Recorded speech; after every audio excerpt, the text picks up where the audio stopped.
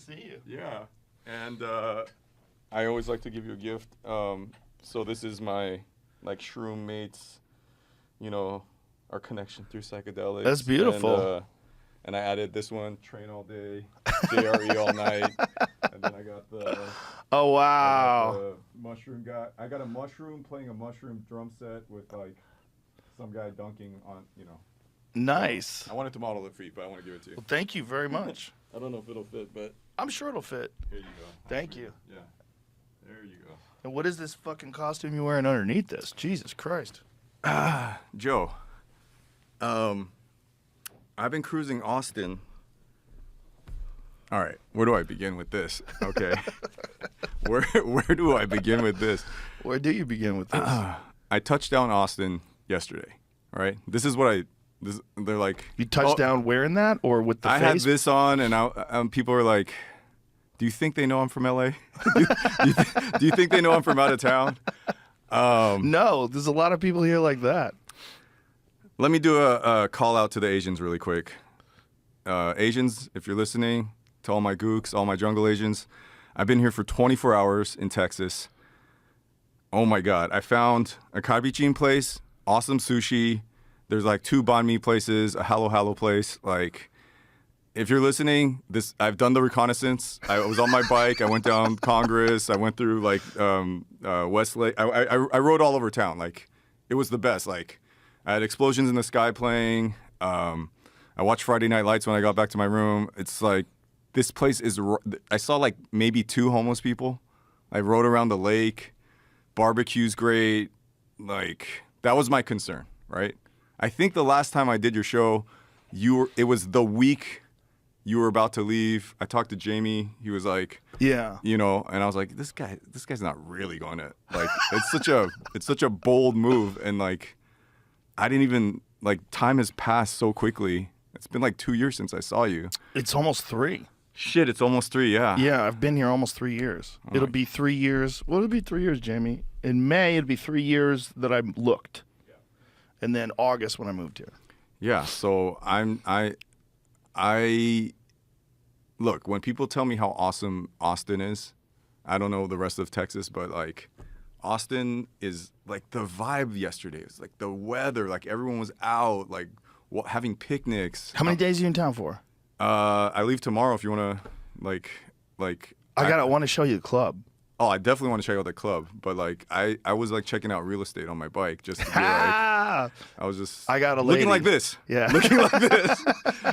And I got to tell you, man, like I kind of like come in hard like this because I want people to be like, and Austin's already weird, right? Like, yeah. And no one gives a fuck. No one gives a fuck. Waiting an hour in line at Terry Black's like this, no one gives a fuck. Like, it's just like, it's like, there's not a ton of Asians. Not like There's Asian communities. There is. But I'm saying to the Asians listening, it's a good place. It's a open-minded, I see cool very place. quickly why you didn't go back after.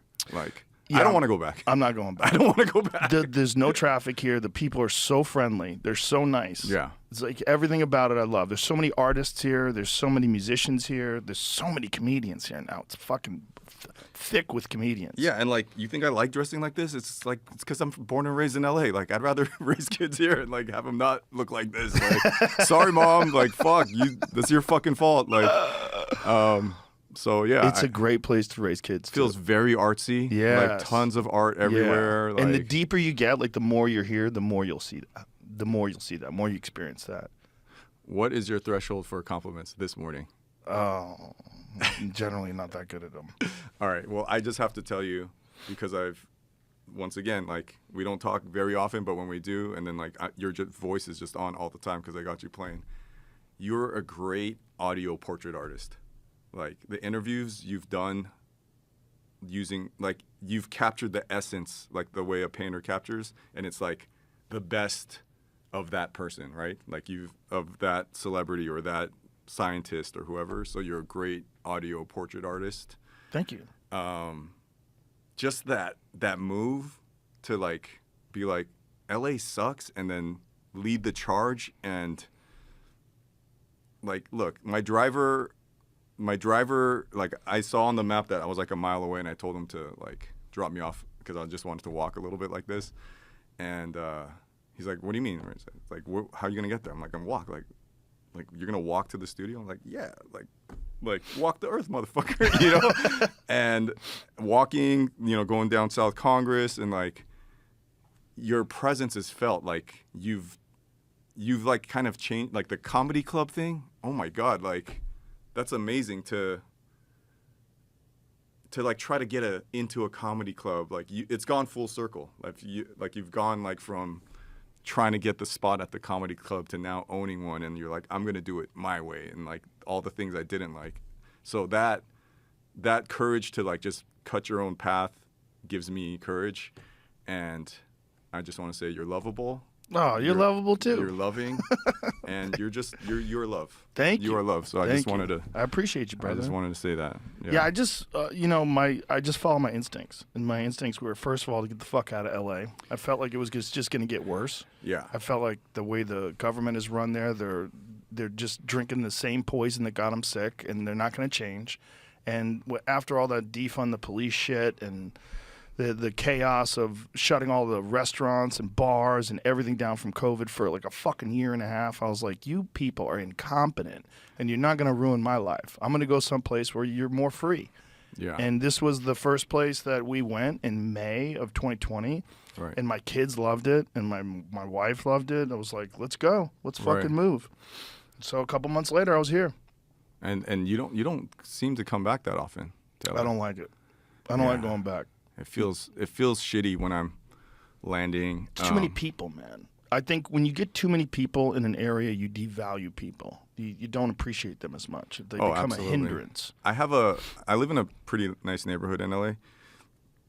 I have a baseball bat. I'm not an athletic person. I have a baseball bat in my house that's never hit a baseball. It's only hit human flesh. Like it's like insane. If I like forget to close my garage one night, there's junkies in there, and I'm just like, maybe Austin is a nice starter place, but I'm trying to like get out. Like I'm looking in South America, I'm looking in Asia, I'm looking in New Zealand, shit. I'm looking in Africa. Jesus. Yeah, like so.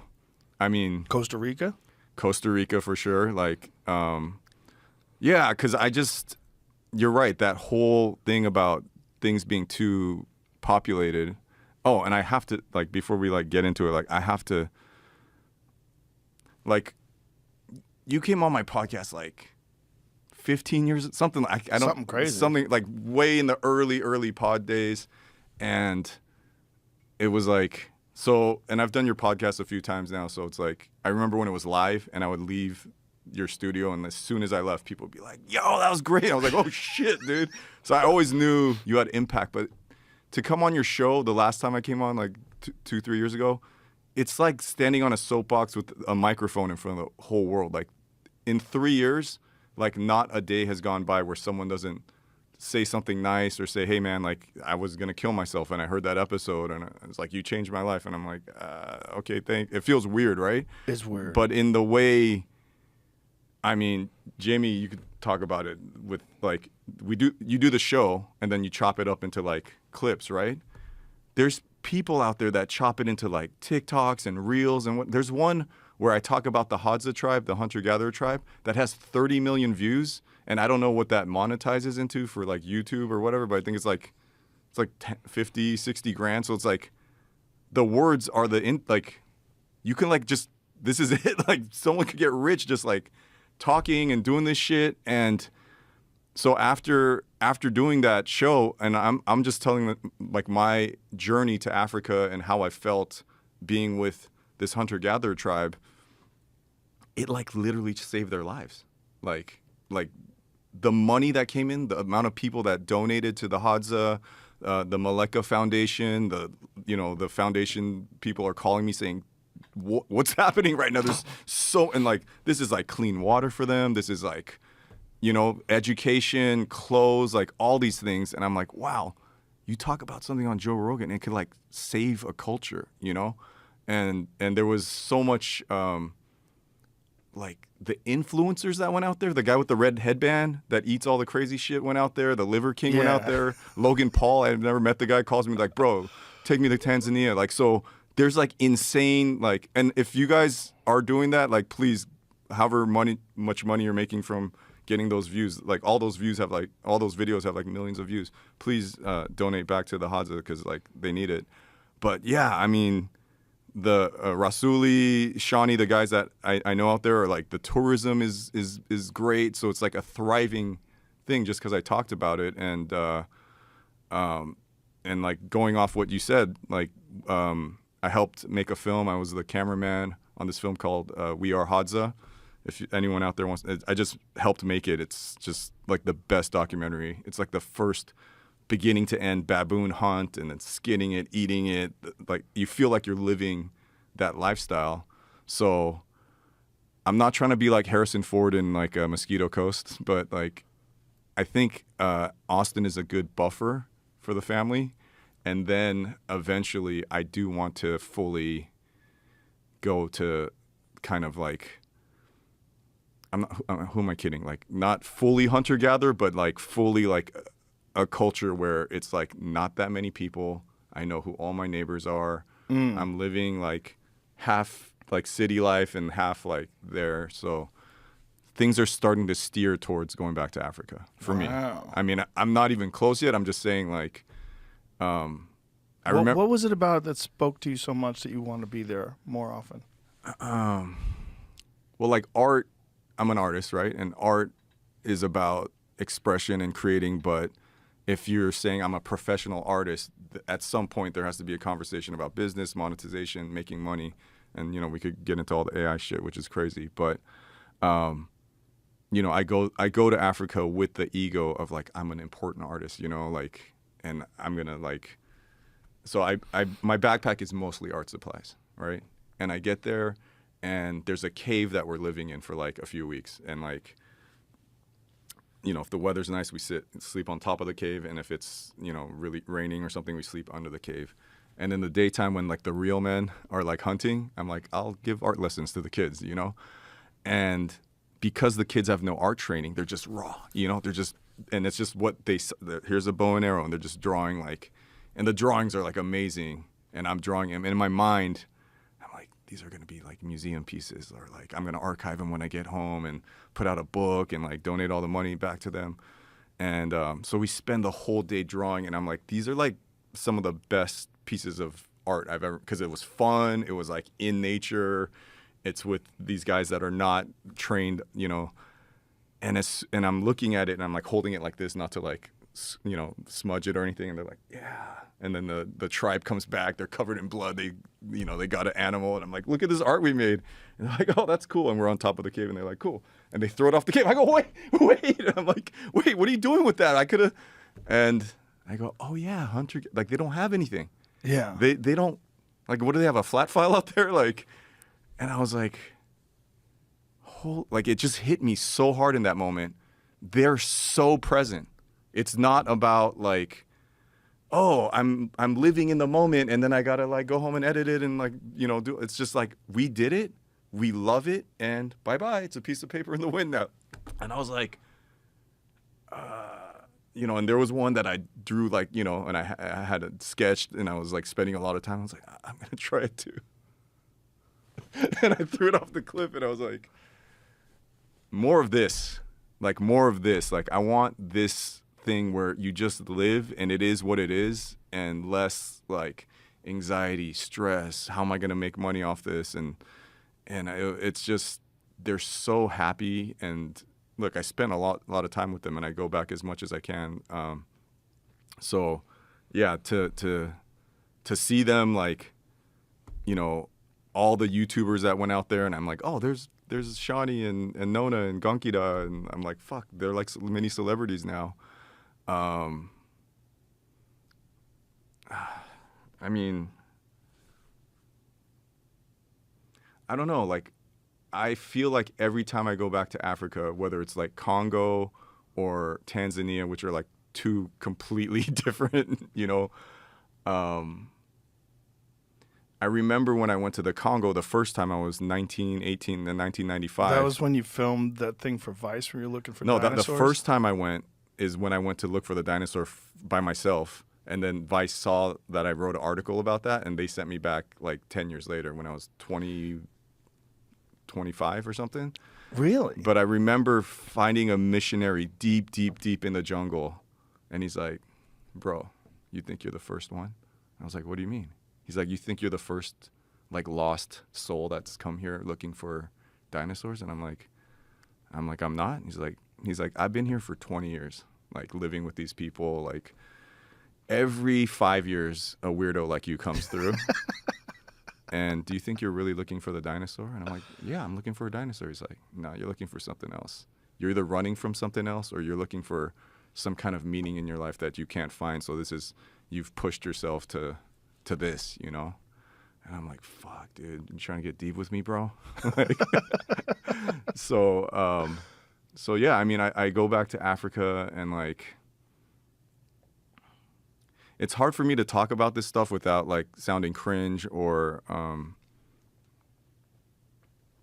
people, I don't know. It's like, let's look at life as a video game, right? Like as someone who's like heavily, heavily addicted to video games and like born into a super, super Christian kind of background, right? Like, or if you are in any kind of like strict organized religion growing up, Jewish, Catholic, Muslim, whatever, it's kind of like being born into a video game because it's like it's very binary, right? There's heaven and hell, especially if it's Christian, and so you have to live a certain way. You got to get a certain amount of points to have everlasting love, you know, peace, joy, and then if you don't, like you're fucked, and you're okay for how long? How much before forever. I can like forever? And you're like, wait, that's a long time, you know. And I'm like, fuck, man.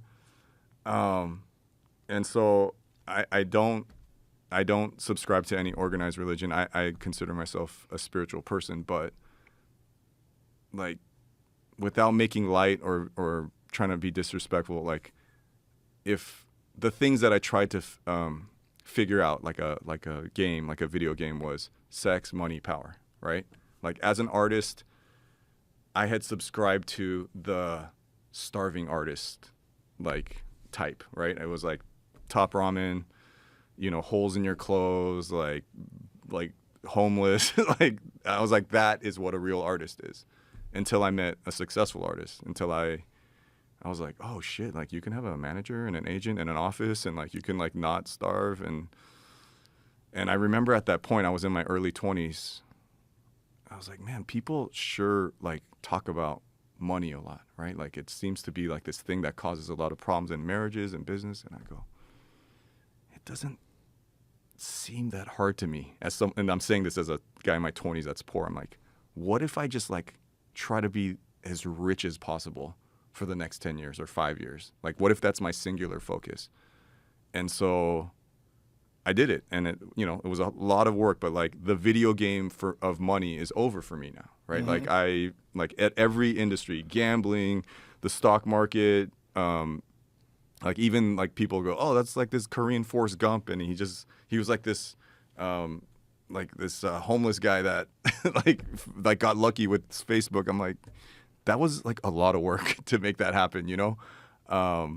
And I was already kind of wealthy when I made that deal, but people like to tell that story. So I made millions of dollars gambling. I made millions of dollars with my art. I made millions of dollars with Facebook. And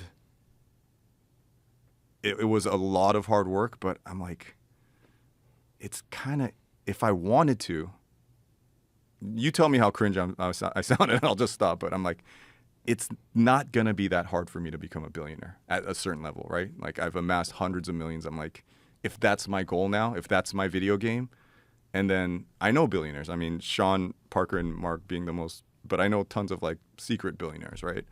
And I go, I don't want any of their lives. I don't want any of like.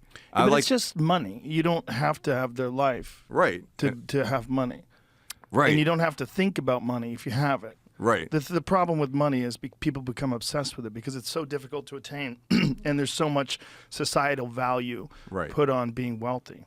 Right. That it becomes the thing instead of a thing. I mean, I have a friend that has like hundreds of billions of dollars and Hundreds of billions? hundreds of billions. Like one of the, I have one too. yeah, and you know how weird those guys are, right? They're weird guys. and I'm pretty close with him. He's not just like and I said, we were having dinner and I was like, I'm feeling confident. I was like, give me one. He's like, what? I was like, give me one. 1 billion. And he's like, I don't understand. Yeah, I was like, give me 1 billion. And he's like, I was like, motherfucker, I don't need it. Like, I'm not gonna go buy cars and houses. He's like, what do you want to do with that? He's like, Dave, I don't know if you know how money works. You don't just go up to someone and ask them for $1 billion. I go, motherfucker, I just did. And he's like, well, do you have a plan? Are you gonna show me charts and graphs? I was like, no, it's all gonna be instinct. I will take that 1 billion. And he's like, dude, you got to come to me with like, I'm not saying no, but you got to have a better, you gotta have like, how you gonna? I go, I promise you, I will spend it like the most irresponsible possible. Like it'll be like exactly, because most of these people that have billions, they're like geniuses, and they spend everything is down to a fraction, and they just grind and crunch numbers in their brain, and that's not how I think. I think very abstract. And I go, I'm going to do stuff that on paper makes absolutely no sense. And I promise you I will change the planet with that money. Like I'm going to do shit that, and then he was like, he didn't say no, but he was thinking it over. And he's like, dude, there's no way like my money guys are going to this. And then I sat there and I thought about it because money is power. I was like, dude, I don't want $1 billion. I don't want that responsibility. And ultimately he was like, no. And I was like, thank you. So it was just a wild thought.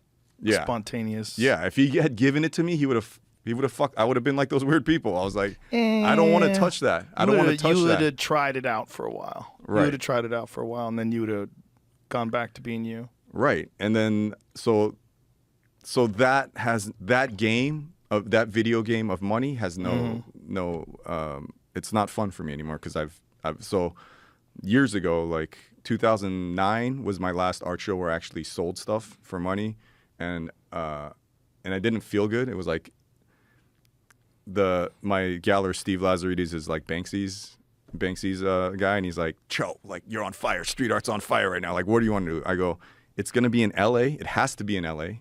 It has to be on Rodeo Drive. Like, it has to be on the most expensive street in the world, and I want like every celebrity there, and like and so it did. It happened. It was like it was a show in Beverly Hills. All the celebrities came. All the fancy people came. I sold all the art. And the next day, I didn't feel any different. And then at that point, the artist gets objectified to like just, I got a Basquiat, I got a Choe, I got a Banksy. Right, and I'm like, I'm like, the guy that's buying my art that can afford it, he doesn't care about the art. He just wants to, like, it's a dick contest, right? He just wants to show off like, hey, I got a Choe. And I'm like, I'm pretty sure that's not what the universe wants for me to like just make expensive stuff.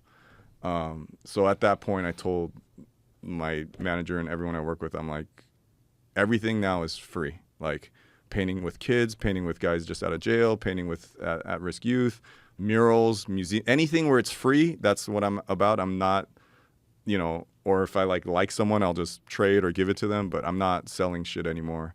So that kind of like ended like, and then I had finance guys, and everything about wealth management is about how to preserve wealth and make more money. And I go, let's do like a Monte Carlo simulation and figure out when I'm going to die by my lifestyle of how I live. And let's get it down so that I have zero by the time I'm done. Like I want to, and they're like, so every business decision I've made since I've made that decision is I just lose money. And then the video game of sex, which I wasn't very good at, is age 0 to 30. I'd been with 5, 6, maybe 7 girls, like, and they were all like long-term kind of relationships. There was no like one-night stands. And then at that point, like 29, 30, I was like, I'm really not good at this. Like, I don't got any game. I'm not, and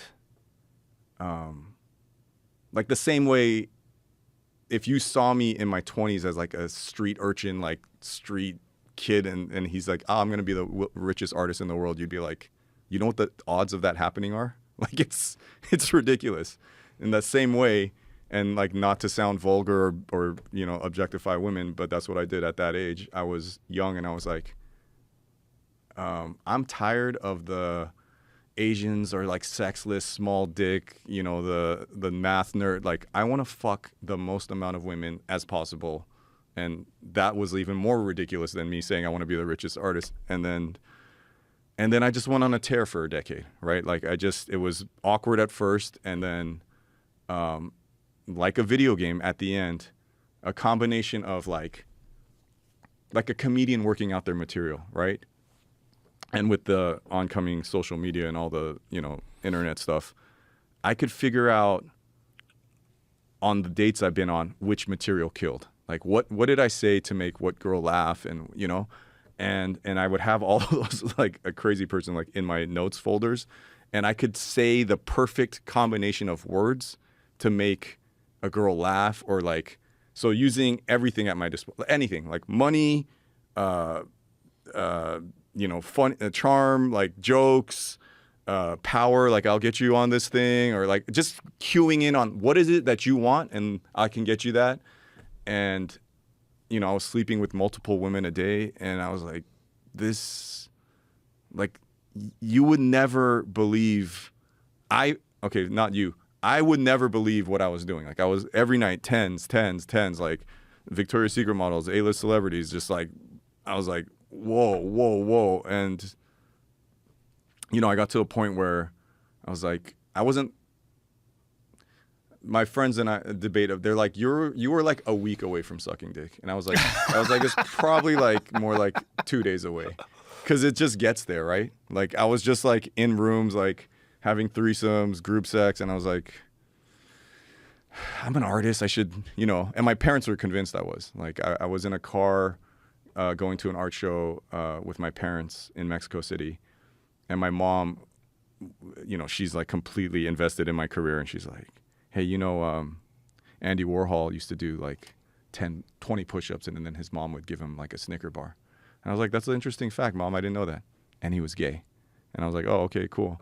You know, Leonardo da Vinci, when he used to go out, like no one would know he's an artist. He wouldn't have like a speck of paint on him. And I was like, oh, I didn't know that, Mom. And he was gay. And I was like, where's this going? And then my dad's in the front driving. He's like, he's not gay. I told you he's not gay. And my mom's like, you know, we're Christian, and, you know, but we know that you're an artist, and we know you haven't brought a woman home in like 10 years. So just, it's okay. You could come out of the closet. And I was like,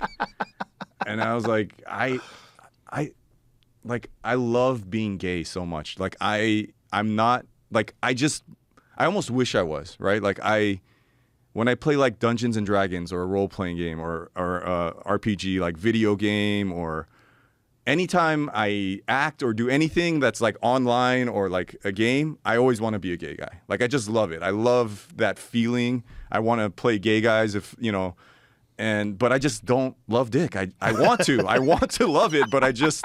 Why do you want to? I just, like, part of it is like, my shame makes me shameless, and like, I like it when it hurts kind of thing. Like, I got close where there was a transsexual woman. I think her name was Eva. Like, her penis was right here. And I was like, it's right there. I should just like at least lick it or touch it. At least just to say I tried it. And I could say I didn't like it or I did like it. But right. I just couldn't. I was like, I was so bored, not of just pussy or women or whatever. I just was bored of the endeavor of that. And then, you know, you meet people and everyone has their game. Like, Hollywood people are like, I gotta get that Emmy or that Oscar, or, you know, and so I like pick the game I want to play, money, power, and then it's like I sit here, and the thing that I learned, the number one important lesson from gambling is get out while you're ahead, is like, I love how much money I have right now. Like, it's the perfect amount. I love that, like, I have no regrets. Like, I've had sex with so many different women that like I don't need that anymore. I could be a monk for the rest of my life if I want to, you know, like. And so there's only one final quest, and that's the spiritual quest, right? And that's where, like, people say shit like, the answer is love, and it's like, it is, right? And like there will be shit. There's shit that we talked about before, we start recording that we can't, and then there will be shit that we talk about later. And we live in this world now where it's like, it's a crazy world, right? And the answer is love. And everyone says it, and it's in movies and it's in books, but it's, what does that path look like? And so I go towards where I feel that, and I feel that in Africa. When I go to Africa, I feel that like in my soul, to my bones. And, you know, I look like this in Austin and no one judges me. Like, you would think going to Africa, the places I go where there's no Asians, that they would say shit, but they don't. They just accept me. They call me brother. They take me in. They show me their lives, and they're like, you're just part of our tribe now. And I'm like, it makes me want to cry, you know? So, and the fact that, you know, I have this beautiful relationship with you, and, you know, you let me talk about this stuff, and then those words get to, you know, like, I don't know Logan Paul. That guy calls me up right after the show. He's like, take me to Africa, bro. Take me. I'm like, okay, you know, like, and it's just a tremendous thing. And then, you know, we made this film, and it's, you know, it's like the best documentary I've ever seen. So if anyone like wants to see a trailer, or it's We Are Hadza, the Maleka Foundation. Is it available, the whole thing? Like, it's done. Like, it's done. It's like, I'll send you a link if you want to watch it. Like, it's amazing. But it's like last time I came on here, I had made a TV show. Like, I do everything backwards, right? Like some like the normal way to get a show on, and this is, I definitely want to ask you about this. The normal way you get a show on TV is you pitch it, right? You come up with an idea, but like things don't cost that much anymore. I mean, I'm speaking from a rich guy, so I know what that sounds like, but compared to what it used to cost, right? Like, you don't, if you have a nice camera and you got a good editing thing, like, much cheaper. Like the movie that just won the Oscar, Everything Everywhere All at Once, is like my favorite movie. It had like 6 guys doing the special effects, and then you have, you know, not Top Gun, but like all these other movies that have, like, when you see the credits at the end, it's like thousands of like Korean names. And you're like, so you can do things relatively cheaply compared, right? So I made the show on FX called The Choe Show, and I made it exactly the way I want. And you know, like, some, you know, whatever, something got cut. There was some notes, and that's where I get stuck a lot of times, right? Because no one tells me what to do when I paint. I could do whatever the fuck I want. But when it comes to media, there's a bigger audience. People are more sensitive. People can get triggered, this and that. So a lot of decisions made in Hollywood are fear-based decisions, and I don't live my life that way. Yeah, well, they're platform-based decisions, right? So the problem is, you're an artist, but the people that distribute the stuff are not artists. Right. They're executives and money people. Right. And all those money people, they look at you and they go, well, David Choe's very popular. He's very eccentric. This might work. We might be able to make money. And then they start thinking about new cars they're going to buy and new houses they're going to buy. They don't think about it the way you think about it. So the problem with being in business with people like that is business. That's the problem. Right, you're just trying to create something cool. Yeah, you're like, because there is really, like, Atlanta's a great show, Rami's a great show. There's great shows. There's great shows, but then you're like, at the end, they're still trying to sell refrigerators with the advertising. Right. Yeah. But not always. I mean, generally that's the case, but there's a lot of people that create those shows that aren't trying to do that. And then someone else is pitching it to the network, and someone's smart enough to leave that fucking guy alone. Right. And a lot of times it's just because something is just so successful, like South Park, for instance. Right. Comedy Central 100% would fuck South Park up if they brought it to them right now. They'd be like, what are you going to do? Right. Hold on. You're going to shove Paris Hilton up a gay teacher's ass on TV? No. No, you can't do that. Right. What are you going to do? You're going to draw Muhammad? Right. But you're going to have Muhammad dressed as a teddy bear inside of a Brinks truck? Right. No, you can't do that. But they're so big, and they've been around for so long, they can get away with it, even in one of the most restrictive and goofy climates in media. So they've become big enough so they could do that.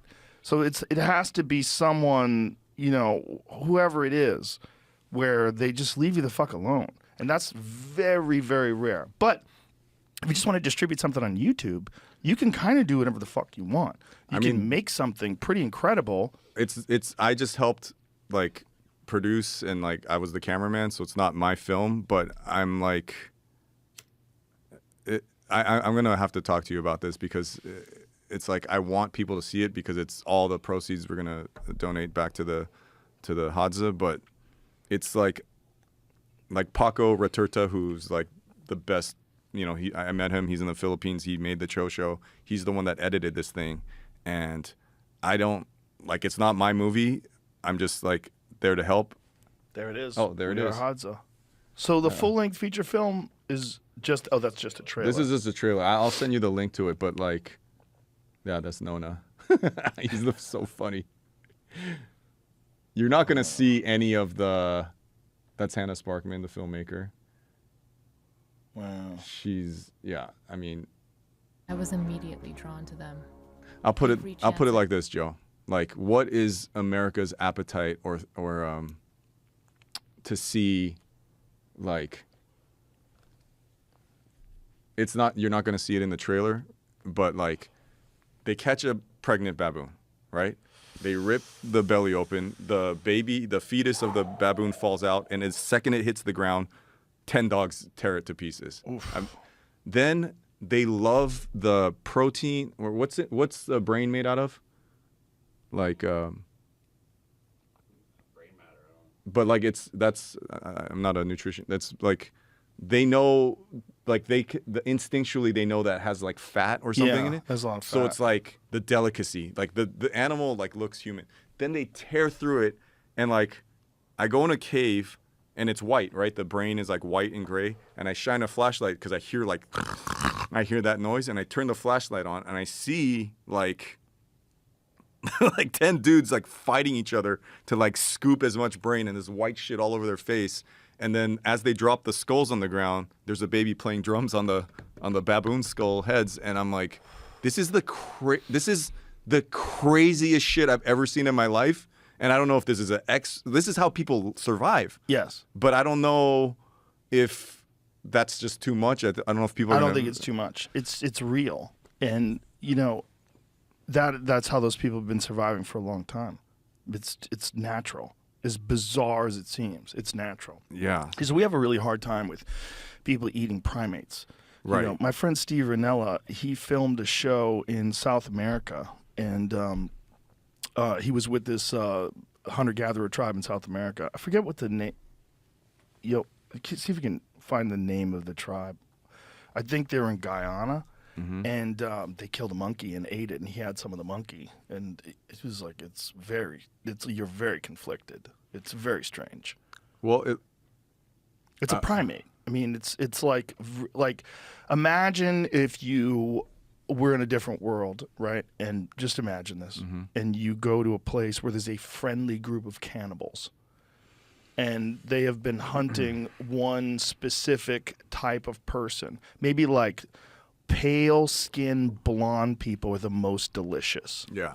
And they just chase down these, these kind of savage-looking, pale-skinned, blonde-haired people and cook them and eat them. They don't eat anybody else. They just eat pale, blonde. Albinos. Yeah. Like. And these people are wild-looking people. They're wearing like leaves over their dicks, and they're running around barefoot. So you can kind of detach. You're there with your Air Force Ones on. Like, I'm not the same as them. This is different. This is kind of what it's like when we're eating primates, because we're eating our history. Well, I mean, so that's what I'm saying. The visuals, like when they throw the monkey on the fire, that's how they get the fur off. Yeah. And he's like this. Yeah. And it looks like the crucifix on fire. I'm like, and you see the skull. I'm like, it looks human, right? And then there was that. Was it you that said, or was it Ranella that said one of the things that freaked him out was when the arrow hit him, he grabbed it with his hand? Oh, I think I told you that story. Because that's crazy. We filmed, like, part of the thing is, this is the only documentary where I've never seen it on YouTube, where we filmed the baboon hunt from beginning to end. And it's like, monkey's running, fuck you. Like, he's like, that's like what he's screaming sounds like, fuck you. Wow. And then a dog gets his nutsack and rips it off. And then you're running and you see the nutsack on the ground. And I'm like, what is this? And they're like, keep that. That's nutritious. That's like the prize, like the top hunter gets that. I'm like, all right. And then you're just running. And then like they get him. And then he's grabbing the arrow and the dogs are just ripping his stomach out and he's like, fuck. Oh my God. It's like a. Oh my God. But baboons are so weird too because they're almost like a cross between a primate and a dog. Like they have that long face. Yeah. Like almost like a wolf's face. Yeah, I mean, like when their teeth are bared, they're a wild-looking creature. And like, you know, once again, like I only went on a few hunts. I wasn't like considered too manly because I couldn't hang. Yeah. So I'm back with the women and children, and like I'm teaching the kid how to play drums on like baboon skulls. There's like maggots coming out of the nose, and I'm like, hey, there's like that kid shouldn't be playing. There's maggots, and then she goes, whoop, and she just eats them, and I'm like, oh my God. There's nutrition in that too. I'm like, holy fuck, you know. And then there is a serial killer, a Japanese serial killer that wrote a book about which human, like he's like French people are buttery, like did you know that, you know what I'm talking about, Jamie? There's like that dude. And speaking as a cannibal myself, like I don't know, culturally, I don't know if you did this when your kids were born. Like, there's cultures that eat the placenta. I right? did not, but my uncle did it. So, am I cannibal if I eat the placenta? I mean, I'm eating. Well, sort of. Yeah, that guy. Yeah, and then he talks about like how different races taste different. That guy goes on TV and jokes around about, like, crazy. pretends to bite people. Like he killed someone and ate them, right? Yeah, a lot. He ate like 2 French girls, I think. I don't know. How was he out on the street? He killed his friend Renee Hartevelt and ate her remains, yet he's free to walk the streets to this day. Like, how is that possible? Do they just have different ways of prosecuting people in Japan? And I mean, you know, he's reformed. Are you gonna say he's reformed? Psychiatric hospital loophole. Oh, loophole. Jesus Christ, though, dude. I mean, that is a crazy situation. So the guy killed a woman and ate her, and he's just wandering around He even amongst us. started in a softcore porn where he reenacts and bites actors. Oh, Jesus Christ. So yeah, I mean, Look at this. And throughout his life, he's been chillingly unrepentant. yeah. When he discusses his crime, it's as if he believes it's the most natural thing in the world, and he plans to do it again. Jesus Christ, man. He wrote manga about it. Jesus Christ. That guy's wandering around saying he's going to do it again. Well, OJ's walking around. But OJ lies, at least. I know, that's true. But yeah, I think if we were all hungry, we would all do the same thing. I ate my wife's placenta, and then like, I don't know. It's the jury's out whether it's actually does anything, but we've been doing it as humans for like thousands of years. So any of my friends whose wives get pregnant, I go, hey, if you guys are gonna throw it out, I'll take it. So I have a freezer full of human placenta, and I keeping this guy. I go, if my friend's wife is like Indian, you know, is it like have a different flavor than if it's a white person or if it's a Korean person or a black person?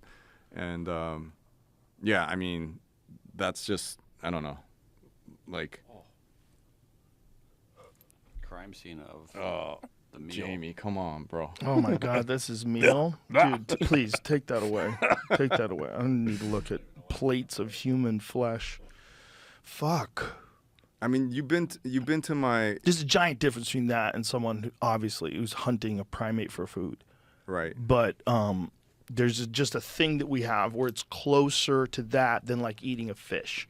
Like, eating a fish is very far removed from us. Like, people don't even mind if you show photos. Well, the thing is, in this particular area with specifically the Hadza, it is baboon because that's all that's left. Yeah. Like, when I think I told you this last time, the oldest guy in that village is like, we used to kill everything. Elephants, cheetahs, lion, everything. But they're just all like close to extinction now.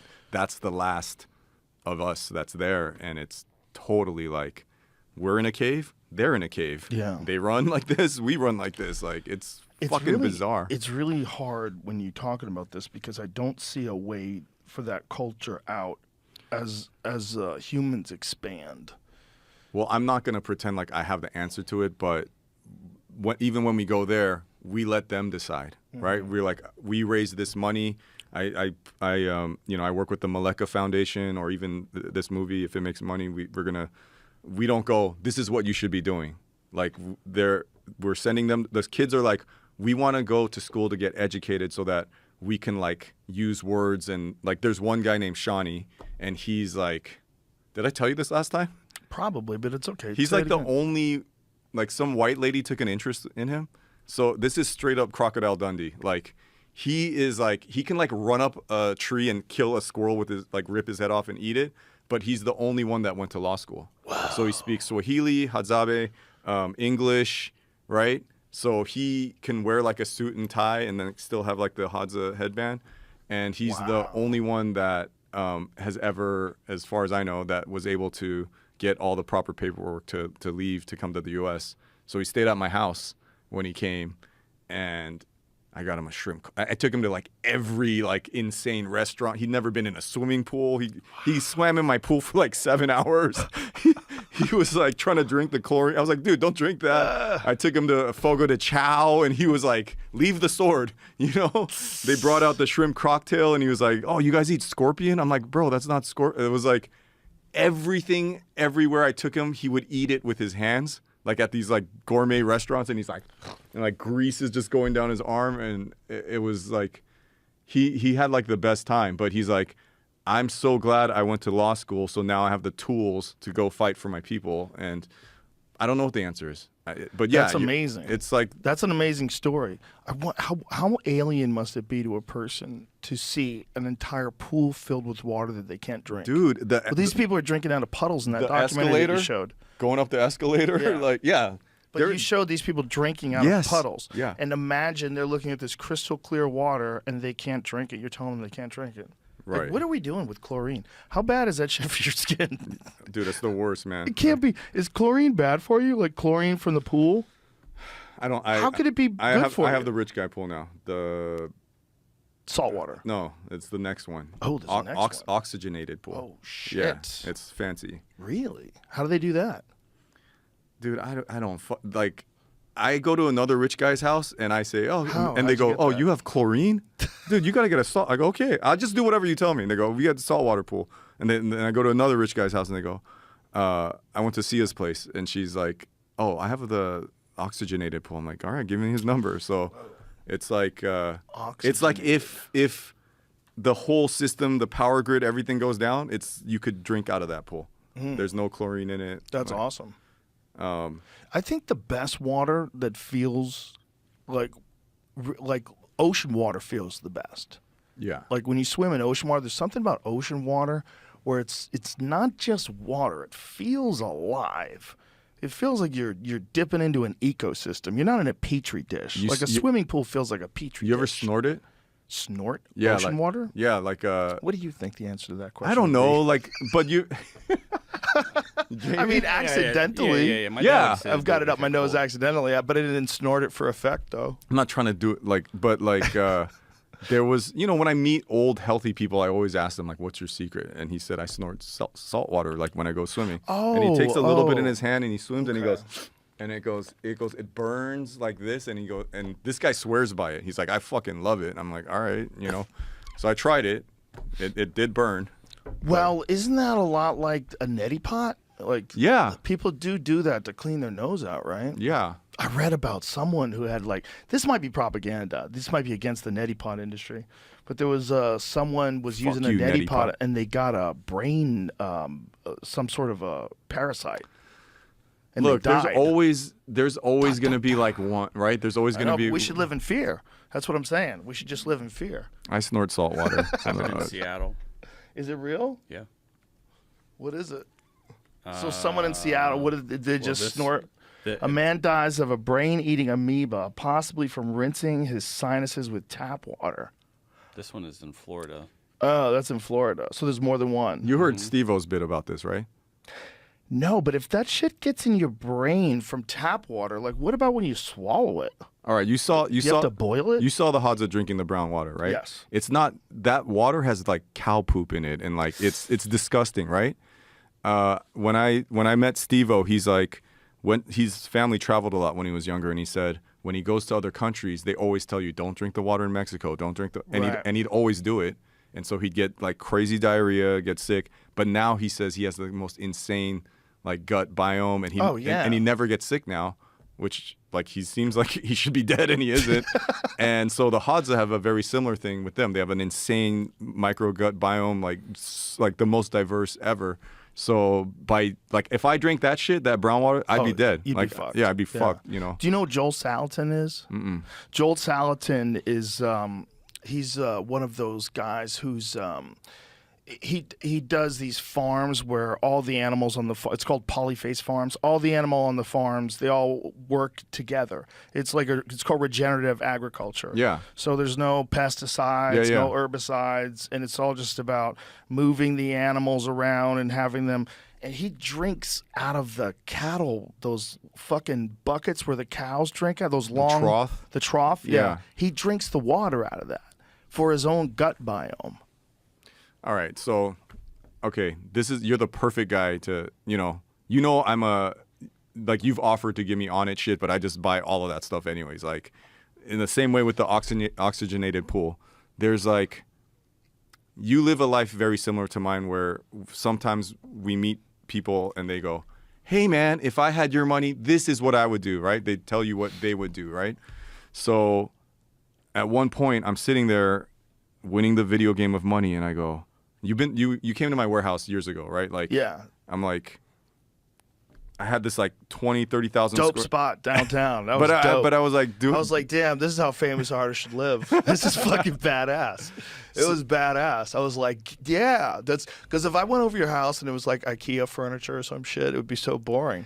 But you lived exactly how like I would hope that you lived. Yeah, and I loved it. I bought every car that I want. I just got everything I wanted, and I said, there's something that, so as a rich guy, I should have the best everything. So because I want to live, the longest. So I had state-of-the-art gym, and I think this is 15 years ago or more. Like, you're the first person to ever tell me about float tank. You're like, here's my float tank guy. I had the float tank. I had the UV spa. I had everything. I had the ice bath, all the shit. I had the best, most expensive weights.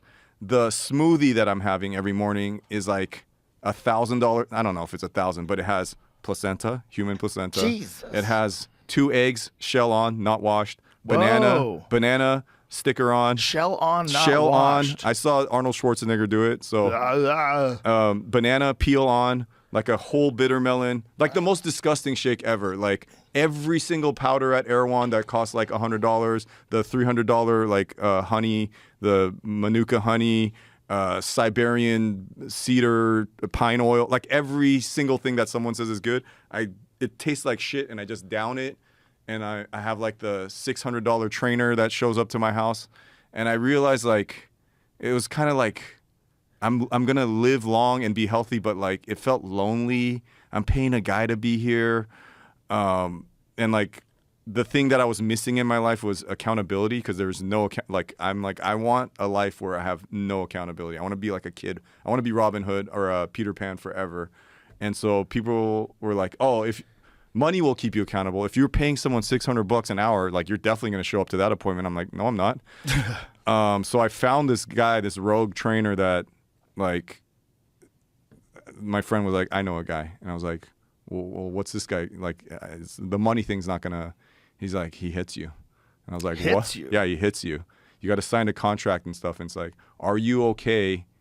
Because this is, and he only like has like 3 clients and they're all super rich. All in the hospital. Yeah, he's like, you will get into shape, but you have to sign this thing that says I'm allowed to come over to your house. You have to give me a key to your house. Oh my god. And so like, and for someone like me who likes pain, I'm like, I don't give a fuck, And so I missed my first, dude, not exaggerating, I missed it by 2 minutes. Like I had to be there. He runs up the stairs, and my mom happened to be stopping at my house to drop off kimchi.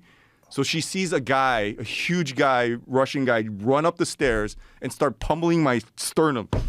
And she screams like, ah! And I was like, ah! Oh my god. I was like, Mom, I paid this guy to do this. Oh my god. And that scared the shit out of me. My mom like almost had a heart attack. I was like, Mom, I'm sorry. And then I sat there and I was like, this ain't it. Like, this ain't it, So, and I don't want to give away my exact location, but like currently my, this might be going further the complete opposite side of the spectrum, but I go to one of the shittiest 24-hour fitnesses in LA. I mean, there's a guy popping zits and shaving his neck and wiping his ass in the sink. There's always a homeless guy in the sauna doing push-ups.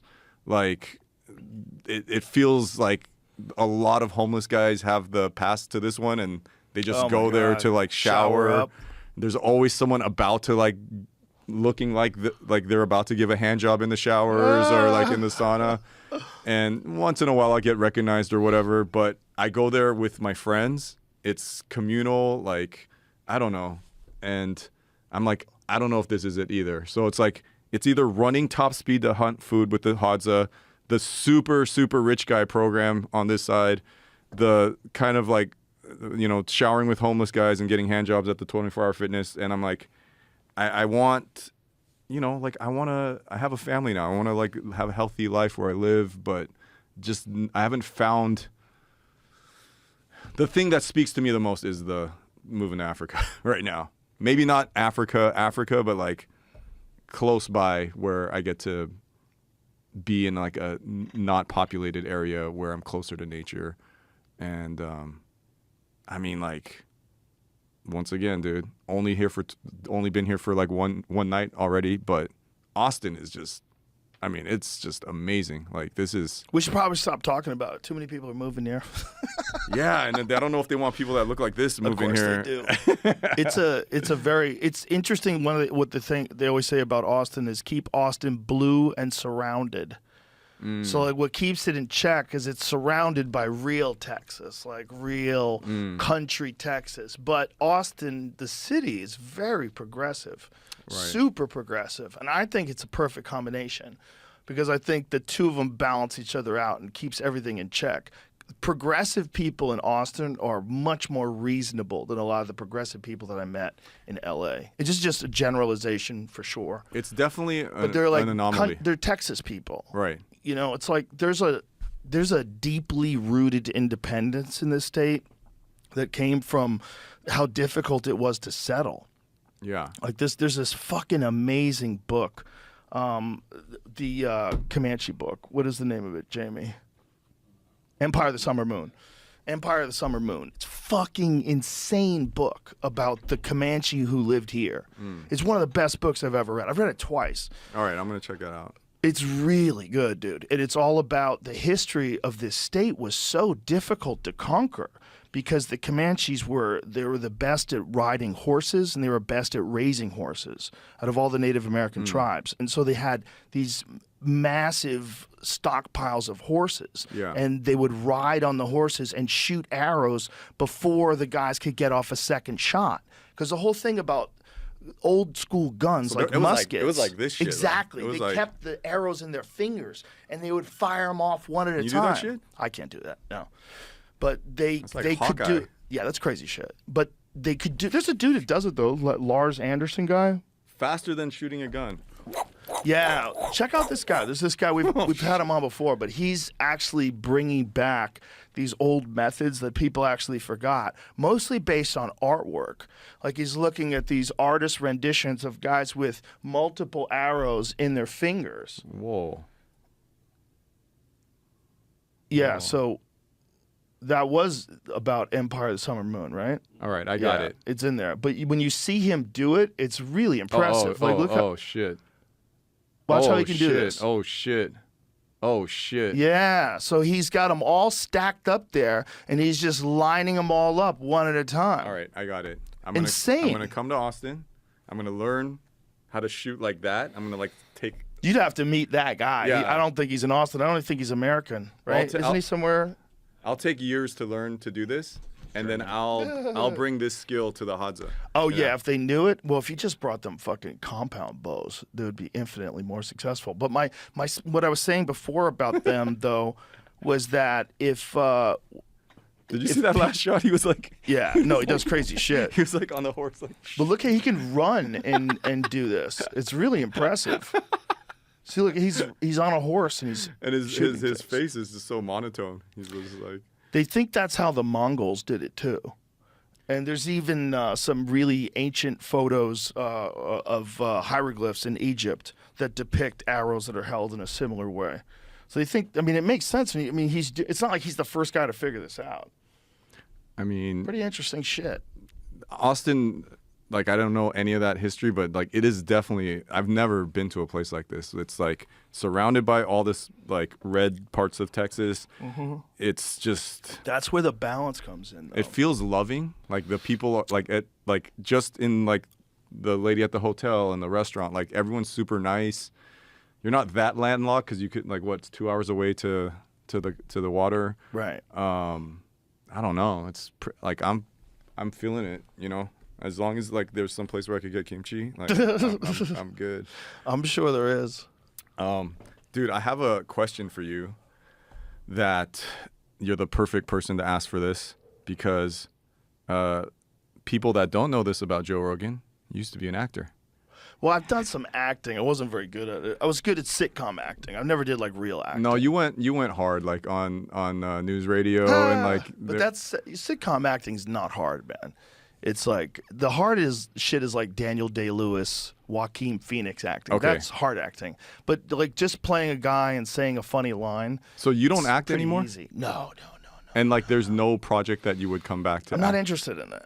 It's So, just like, it's okay. I love Scorsese it. or It's anybody? It's not a negative on acting. I mean, I love movies. You know, I love great acting. I just don't like to do it.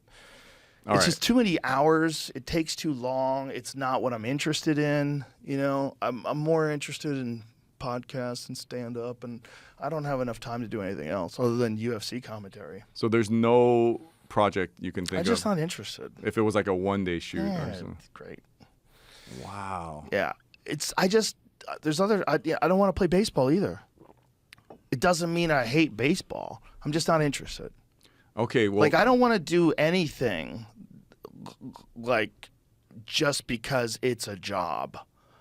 You know, and that's what it would be. So last time I came on here, I was like, maybe in private, I've always told you like a little less with the UFC stuff, and maybe like try to get into painting. And you're like, I'm not interested in painting unless, you know, I don't do anything halfway. Like I want to go in, right? Yeah.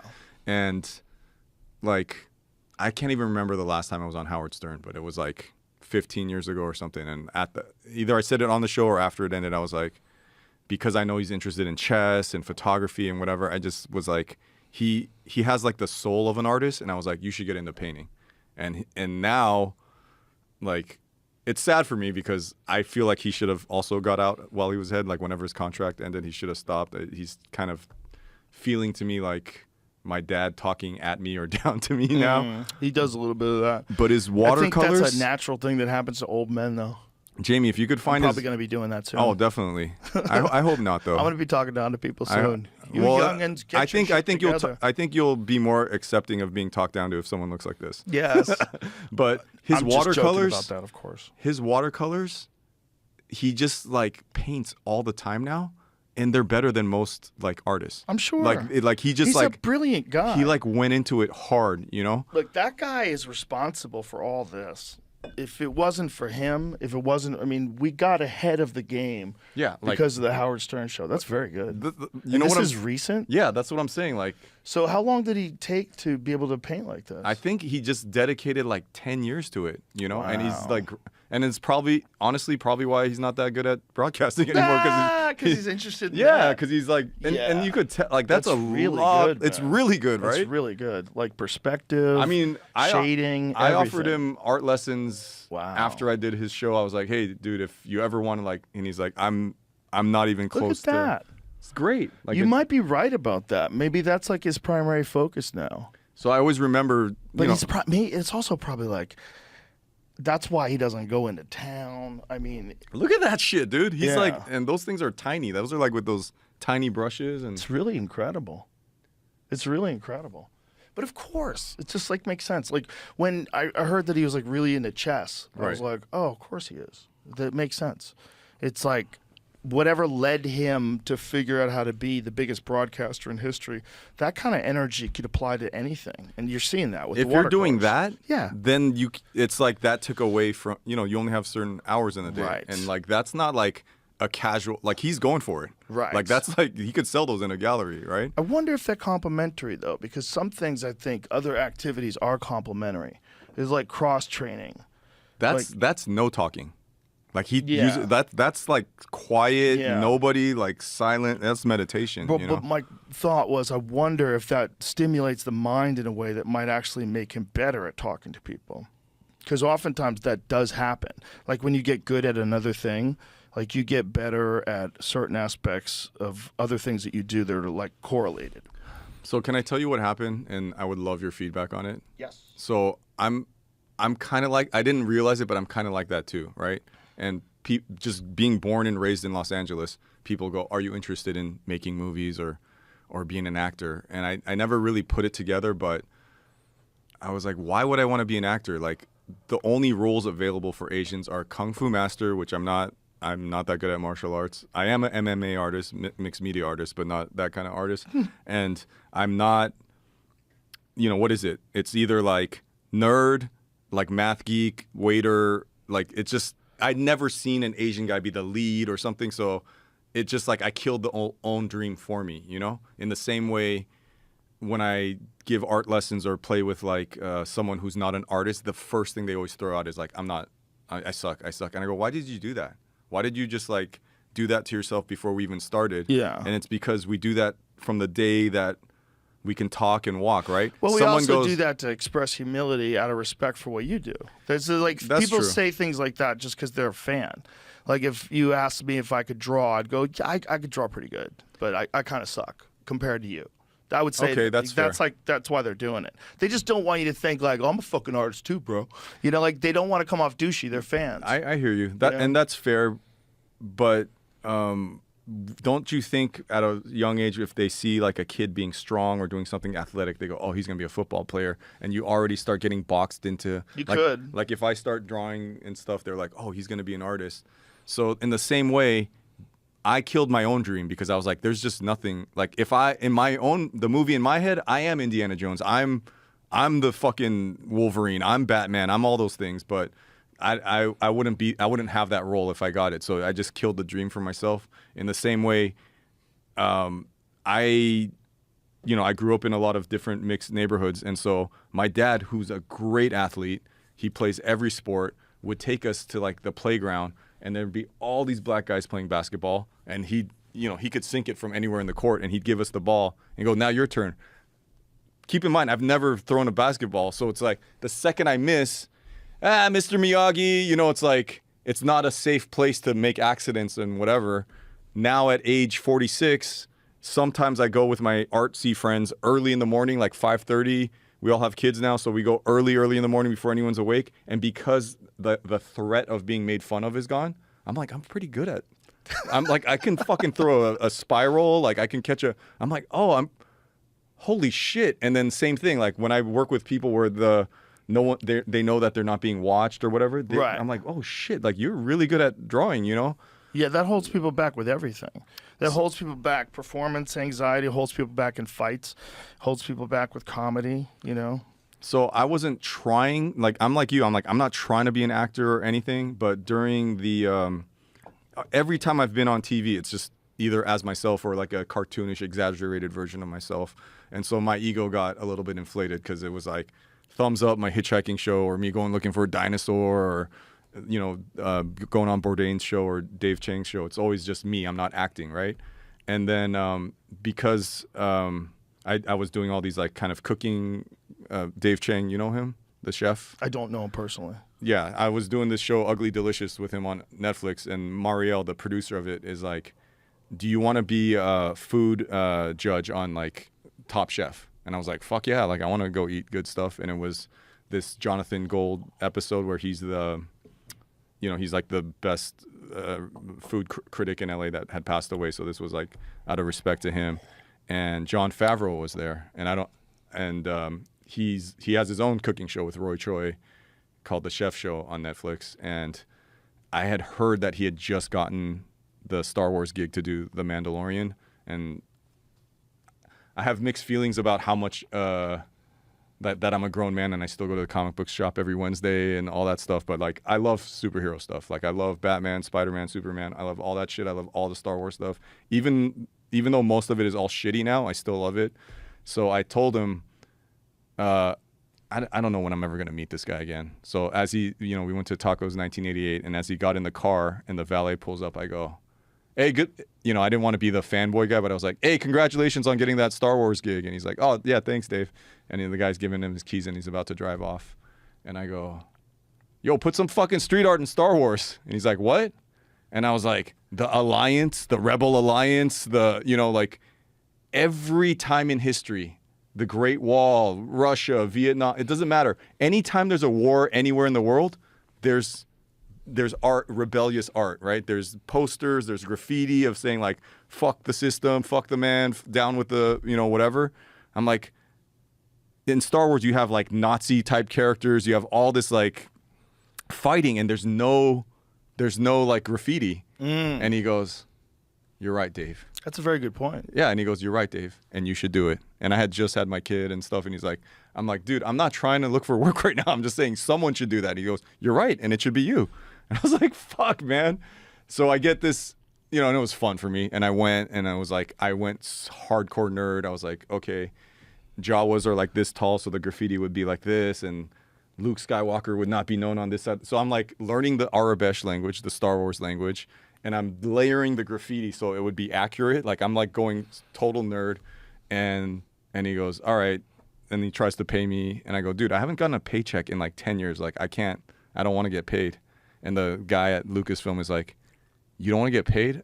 Like you're gonna get paid a lot of money for this. I go, I don't want to fill out taxes for this shit. Like I don't work. Like I'm jobless.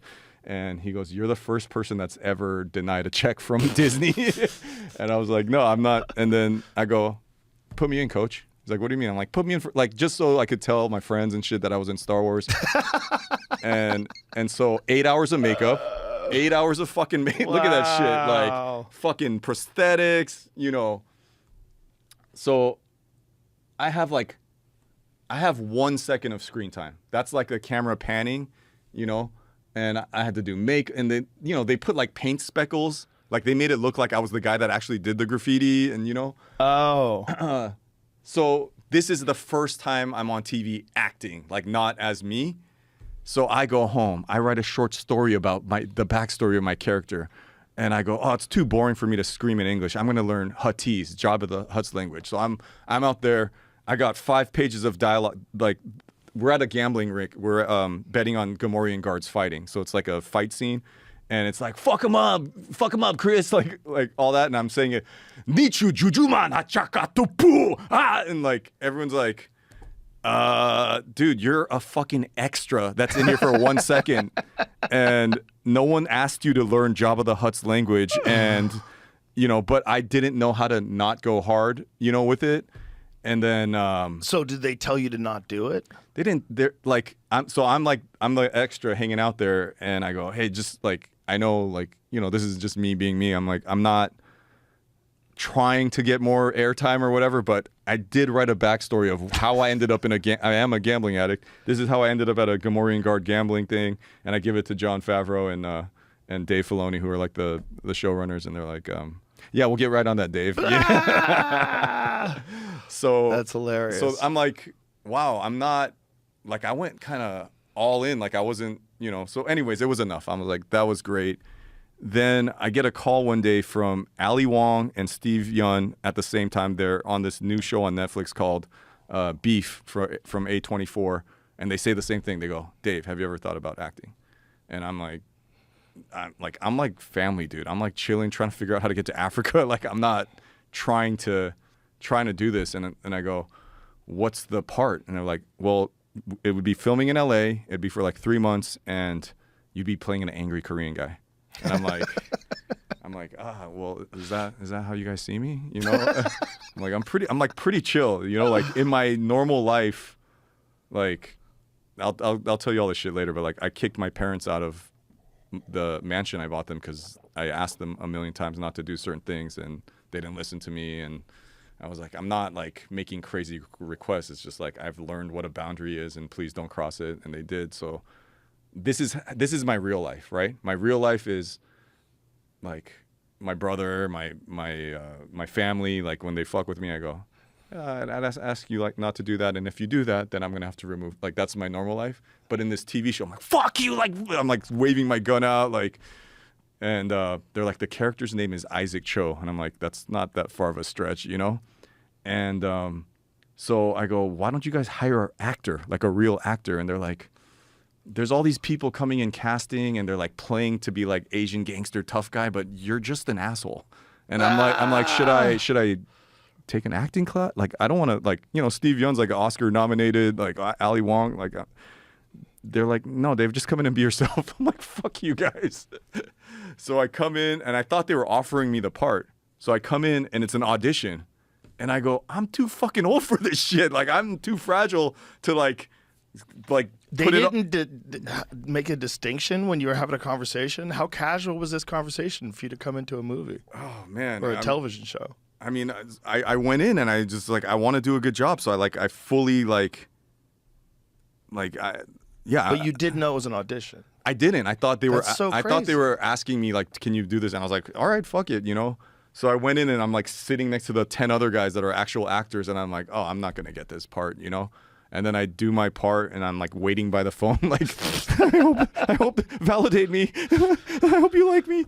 And then they call me and they're like, "You got the part." I'm like, "Oh shit!" Like I kind of like didn't want to get it in the same way. Like, do you ever watch Survivor? Yes. Like, so a lot of people don't even know it's still on there, but it's been on there for like 30 years. That's crazy how long it's been on. And yeah, and then they asked me to be on a Survivor offshoot called Take It to the Edge or Beyond the Edge, and it's like all washed up I sound mean right now.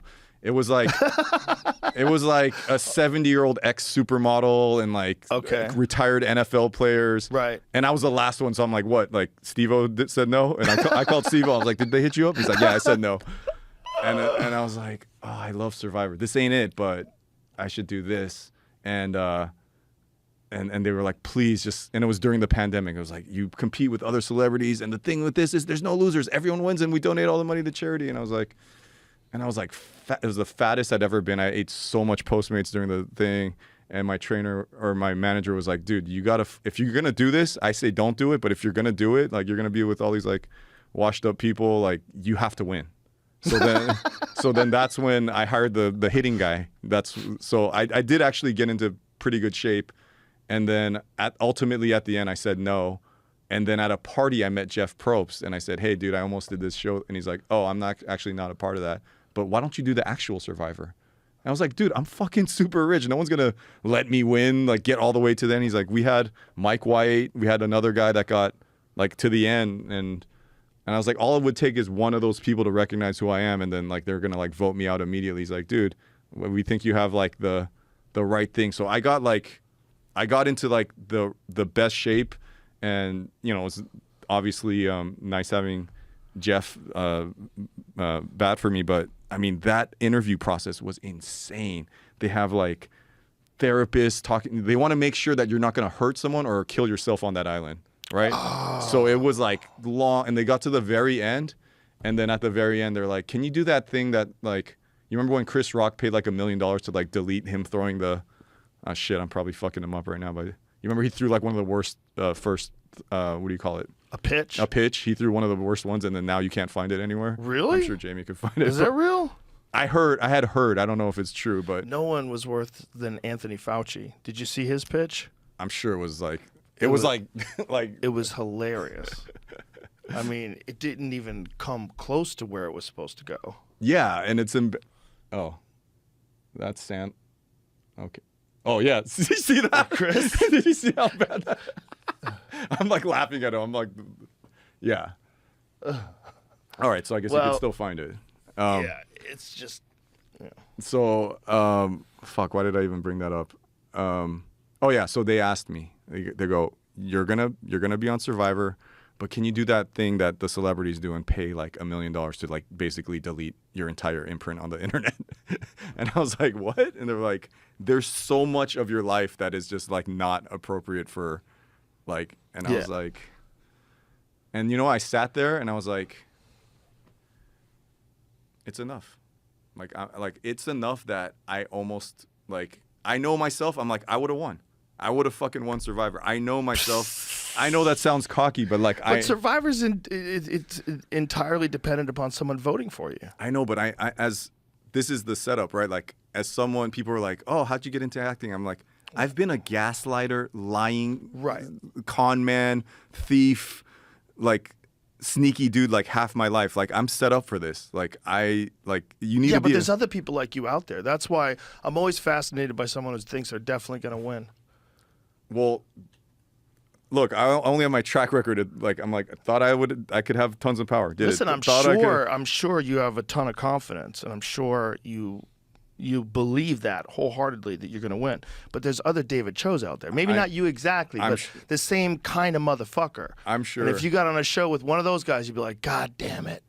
Well, one of the things that's like the biggest benefit of meditation for me these days is like it's that driving thing of it's not enough. Like, oh, I did this, now I got to do this. It's like I'm enough. So like, and I'm speaking my inner thoughts, so I'm sorry how cringy it sounds, but like there's nothing I can't have, right? So I drive and I go, look at that insane house. I'm like, I could buy that. Look at that woman. I'm like, I could get her. Like, and so just that, like, there's nothing physical or experience that I can't have. Like, I can have it. That's why I keep telling you that my last battle is the spiritual one. And so that's why I fly coach. That's why I sit, like, that's why, like, I just do normal shit that, like, could I fly private everywhere? Could I stay at the nicest hotels and nicest gyms and everything and just kind of be like, that's them and this is, you know, I waited an hour at Terry Black's. I'm sure, like, I could have, like, called you and got to the front, you know, like, I'm just at peace with myself. So the fact that I could have been on Survivor was enough for me. And I didn't want to be away from my family for that long anyways. Yeah, I couldn't imagine wanting to do one of those shows. I just love any show that's competitive that pushes you to your limit. I'm sure it's fun. You know? I'm sure it's fun. I'm the time commitment.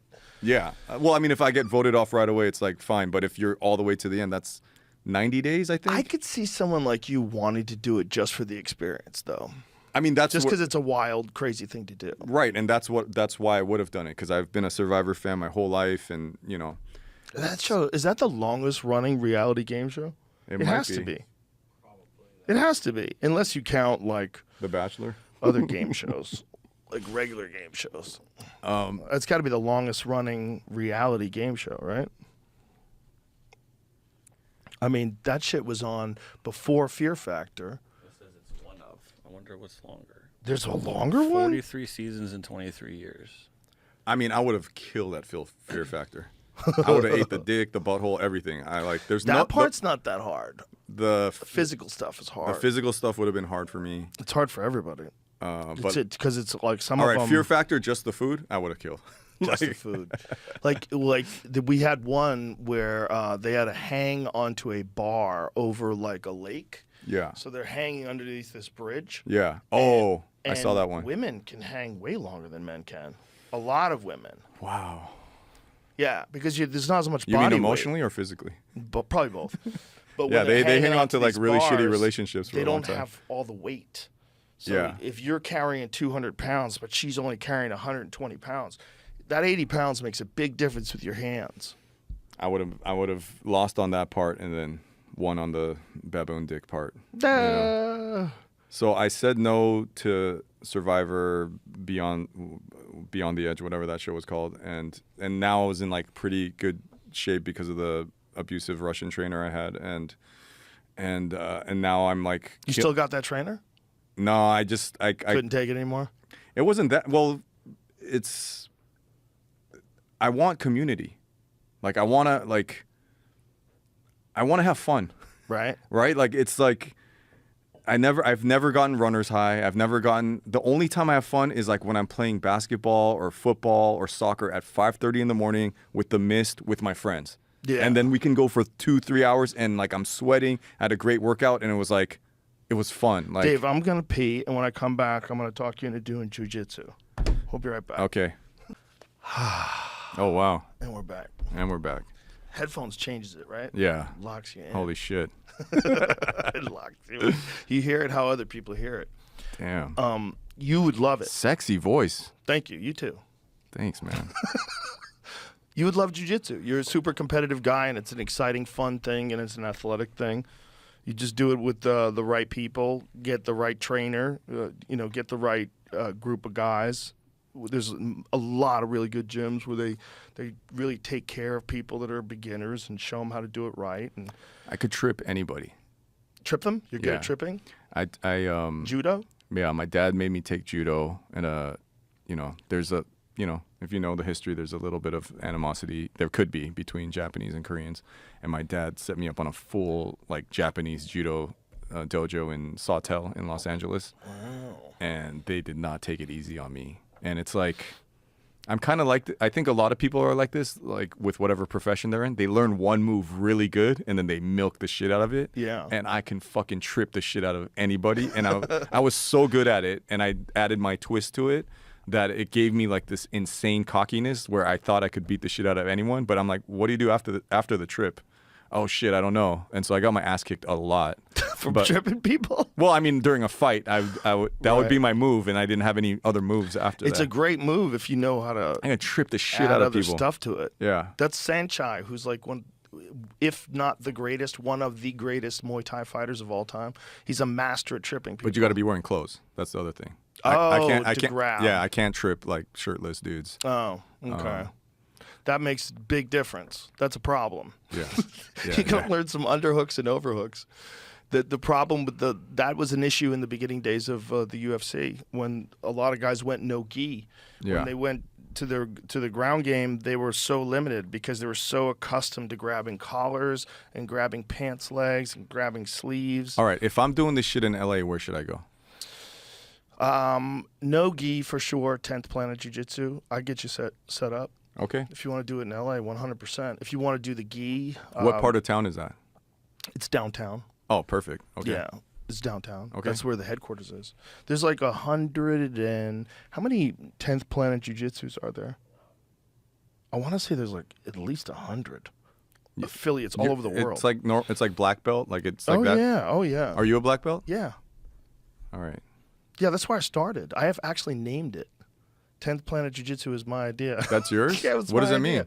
Because we were talking about, it was me and Eddie Bravo. And Eddie was, he'd just gotten back from tapping out Royler Gracie in Abu Dhabi. And, Eddie's the best guy ever. He's my best friend. When we went to Abu Dhabi and he tapped out Royler Gracie, it was one of the most incredible things I've ever seen in my life. And he came back from that. Jean-Jacques Machado gave him his black belt off of his waist. Jean-Jacques took his black belt on and put it on Eddie. And then Eddie started this 10th Planet Jiu-Jitsu. And the idea behind it was because in MMA, you don't have the gi. So use overhooks and underhooks, and a lot of it was derived from what he learned from Jean-Jacques Machado, who was actually born with only one hand. Mm-hmm. Jean-Jacques only has a thumb on his left hand. Oh, so shit. his jiu-jitsu couldn't be all grip-based. It had to be underhooks and overhooks. So he transitioned very easily to Abu Dhabi, and he wound up winning. Abu Dhabi's the biggest no-gi competition in the world. He wound up winning it and smoking people. It was incredible to watch. So Eddie comes back, and Eddie decides to start this jiu-jitsu gym, and we're joking around about all the different names. We're probably high as fuck. Mm-hmm. I imagine we were high as fuck. And I said, why don't you just call it 10th Planet Jiu-Jitsu? Because it's like we were into Zechariah Sitchin back then. Mm-hmm. You know who Zechariah Sitchin The is? sci-fi guy? No, Zechariah Sitchin was this guy who wrote these books about a planet called Nibiru. And he was a guy who supposedly, and I'm not 100% like buying this into shit. this, but it's fun. I like this shit. He had transcribed the Sumerian text, and he believed that the history of the people from Sumer, what they were trying to relay was that human beings were the product of accelerated evolution, and that beings from a planet called Nibiru, that's on a 3,600 year elliptical course towards the Earth. I've been told this is nonsense, by people who are cosmologists. Okay. Which another thing is nonsense. What I said the other day with talking to Andrew Schultz, that the moon doesn't spin. So because we only see one side of the moon, we do only see one side of the moon, but it just spins perfectly with us, so that we only see. Is that right? You said it was tidal locked or something, or that's maybe what I was. Hey, I'm in. I love nonsense. But I definitely was wrong. Like it does spin, right? Rotate. People don't like the term spin. Someone was trying to explain this to me. I like spin class. Yes. That it rotates at the exact same rate we do, so that we always see the same side. Is that Time why it takes for the moon to rotate once on its axis is equal to the time it takes for the moon to orbit once around the Earth. This keeps the same side of the moon facing towards the Earth That's it. throughout the month. So sorry for my misinformation, folks. I kind of said it after I said it. I was like, I think this is off, and then, yeah. Hey, But this Zechariah Hitchin thing. So Yeah. anyway, this was Zechariah Hitchin. He wrote these books called I think it was The 12th Planet was one of them, and it was all about these ancient Sumerians. And one of the weirdest things about it is like these people had these clay tablets that had like a detailed map of the solar system. Mm-hmm. I mean, 6,000 years ago, they carved it in clay. And they also had these giant beings with like people with tails sitting on their lap. And they had the double helix of the DNA. And he interpreted all this as this was some sort of an ancient recording, like where they were trying to record what had happened. And when he was going through these ancient Sumerian texts, he believes that it was really all about these beings called the Anunnaki. Those from heaven to earth came. And that these beings came from this planet that is described as Nibiru. And that they have manipulated human DNA forever. And So they did it a long time you are into Star Wars. Well, it's I worship at the altar of nonsense. So everything you said to me right now, so fun. all in. It's so I'm all fun. in on it, dude. It's so fun because if it really is the case, first of all, we know that we would do that 100%. Absolutely. We would do that. We've done that to animals. Right. We've done all kinds of weird shit. Of course. Made hybrids and you know, and of course, if people were designing like they're making like life forms in petri dishes, Dude, like, for sure we would do that. I don't know how close or far we're with whatever all this gene splicing shit. I'm like, dude, if that's real, I'm like, give it to me. Lobster claws, Let's gorilla go. body, scorpion tail, Everybody's gonna be the tiger Hulk. face. Everybody's gonna look like that guy from Prometheus. Remember the guy that dies in the alien movie Prometheus? Don't you want like cheetah legs and like Yes. fucking I want wings, bitch. marsupial pouch? Where's my fucking wings? I want eagle wings. Me bat flying wings? Around. I'll take bat sugar glider wings. Right. You know, webbed feet like Kevin Costner in Waterworld. I'm all in, dude. You believe in aliens? Yes. I accused you of being an alien last time, right? Probably. I don't All right. remember. All right, you want to hear my hot take on comedy right now? Okay. It's like, What we're going all over the road. yeah, sorry. I like it. So in the same way tonight, right? If you go home tonight and you do like a hardcore jerk off session to porn, you could watch more porn in 24 hours. I don't know how accurate this is, but it's pretty accurate, than all of your ancestors since the beginning of time, right? Of course. You can watch thousands of people fucking tonight, whereas before the internet, you know. So in the same way, when I was passing around tapes of like Eddie Murphy, Raw, Delirious, like you could watch every comedy special in a week, from like the funniest guy in Dubai to the hottest guy in Hong Kong. You could like just download that shit, right? And I actually want to make a quick comment on style for comedians. Like, I always remember like what Martin Lawrence or Eddie Murphy was wearing, like leather suit, no shirt, because not to be disrespectful, but isn't the art of comedy or the act of comedy like you're a fool or you're a court jester or your job is to make it's funny, right? It's to make people laugh, and then you have these comedians going on stage dressing in suits or dressing like just in a hoodie, or I'm like, you're a fucking clown, dude. Dress ridiculous. Look like this. But like, entertain me. I see what you're saying, but I don't think so. I think they should dress in any way that feels funny to them. Like if I've gone on stage in suits many times. It's fun. We get a kick out of it. Really? Yeah, there's a photo of us all in Vegas. We did the MGM, and I said, dude, we should go and get Rat Pack-like suits. Get some dope fitted suits. And so had David August make everybody suits. We just decided it would look cool and have fun. But imagine. But the difference is trying to be cool. What people interpret when you see someone who's dressed up really nice, or who's wearing a lot of jewelry, or is like looks very flashy, they're trying to be cool. You wouldn't have fun doing a stand-up set dressed like an alien? No, it's too on the nose. But All right. some people are. That's how they like. That's how they feel good. They feel good when they dress nice. They feel good when they wear nice shoes. They feel good when they got a nice watch on. They feel good. So in feeling good, they'll go on stage. They'll perform better. I'm like, this profession is like, it's a clown profession. So I kind of want the outfit to match the.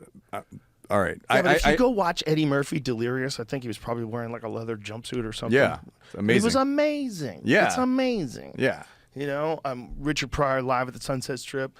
Well, he has a blazer and a nice shirt on. You know, it's like guys have like look at that crazy outfit with his fucking his zipper all the way down to his belly button. Yeah, I was like 8 when I saw that, and like I still remember it. You know, that was a classic, dude. I mean, people don't know that if Eddie Murphy kept going, there would have been no doubt. There would have been no doubt who the greatest comedian ever was.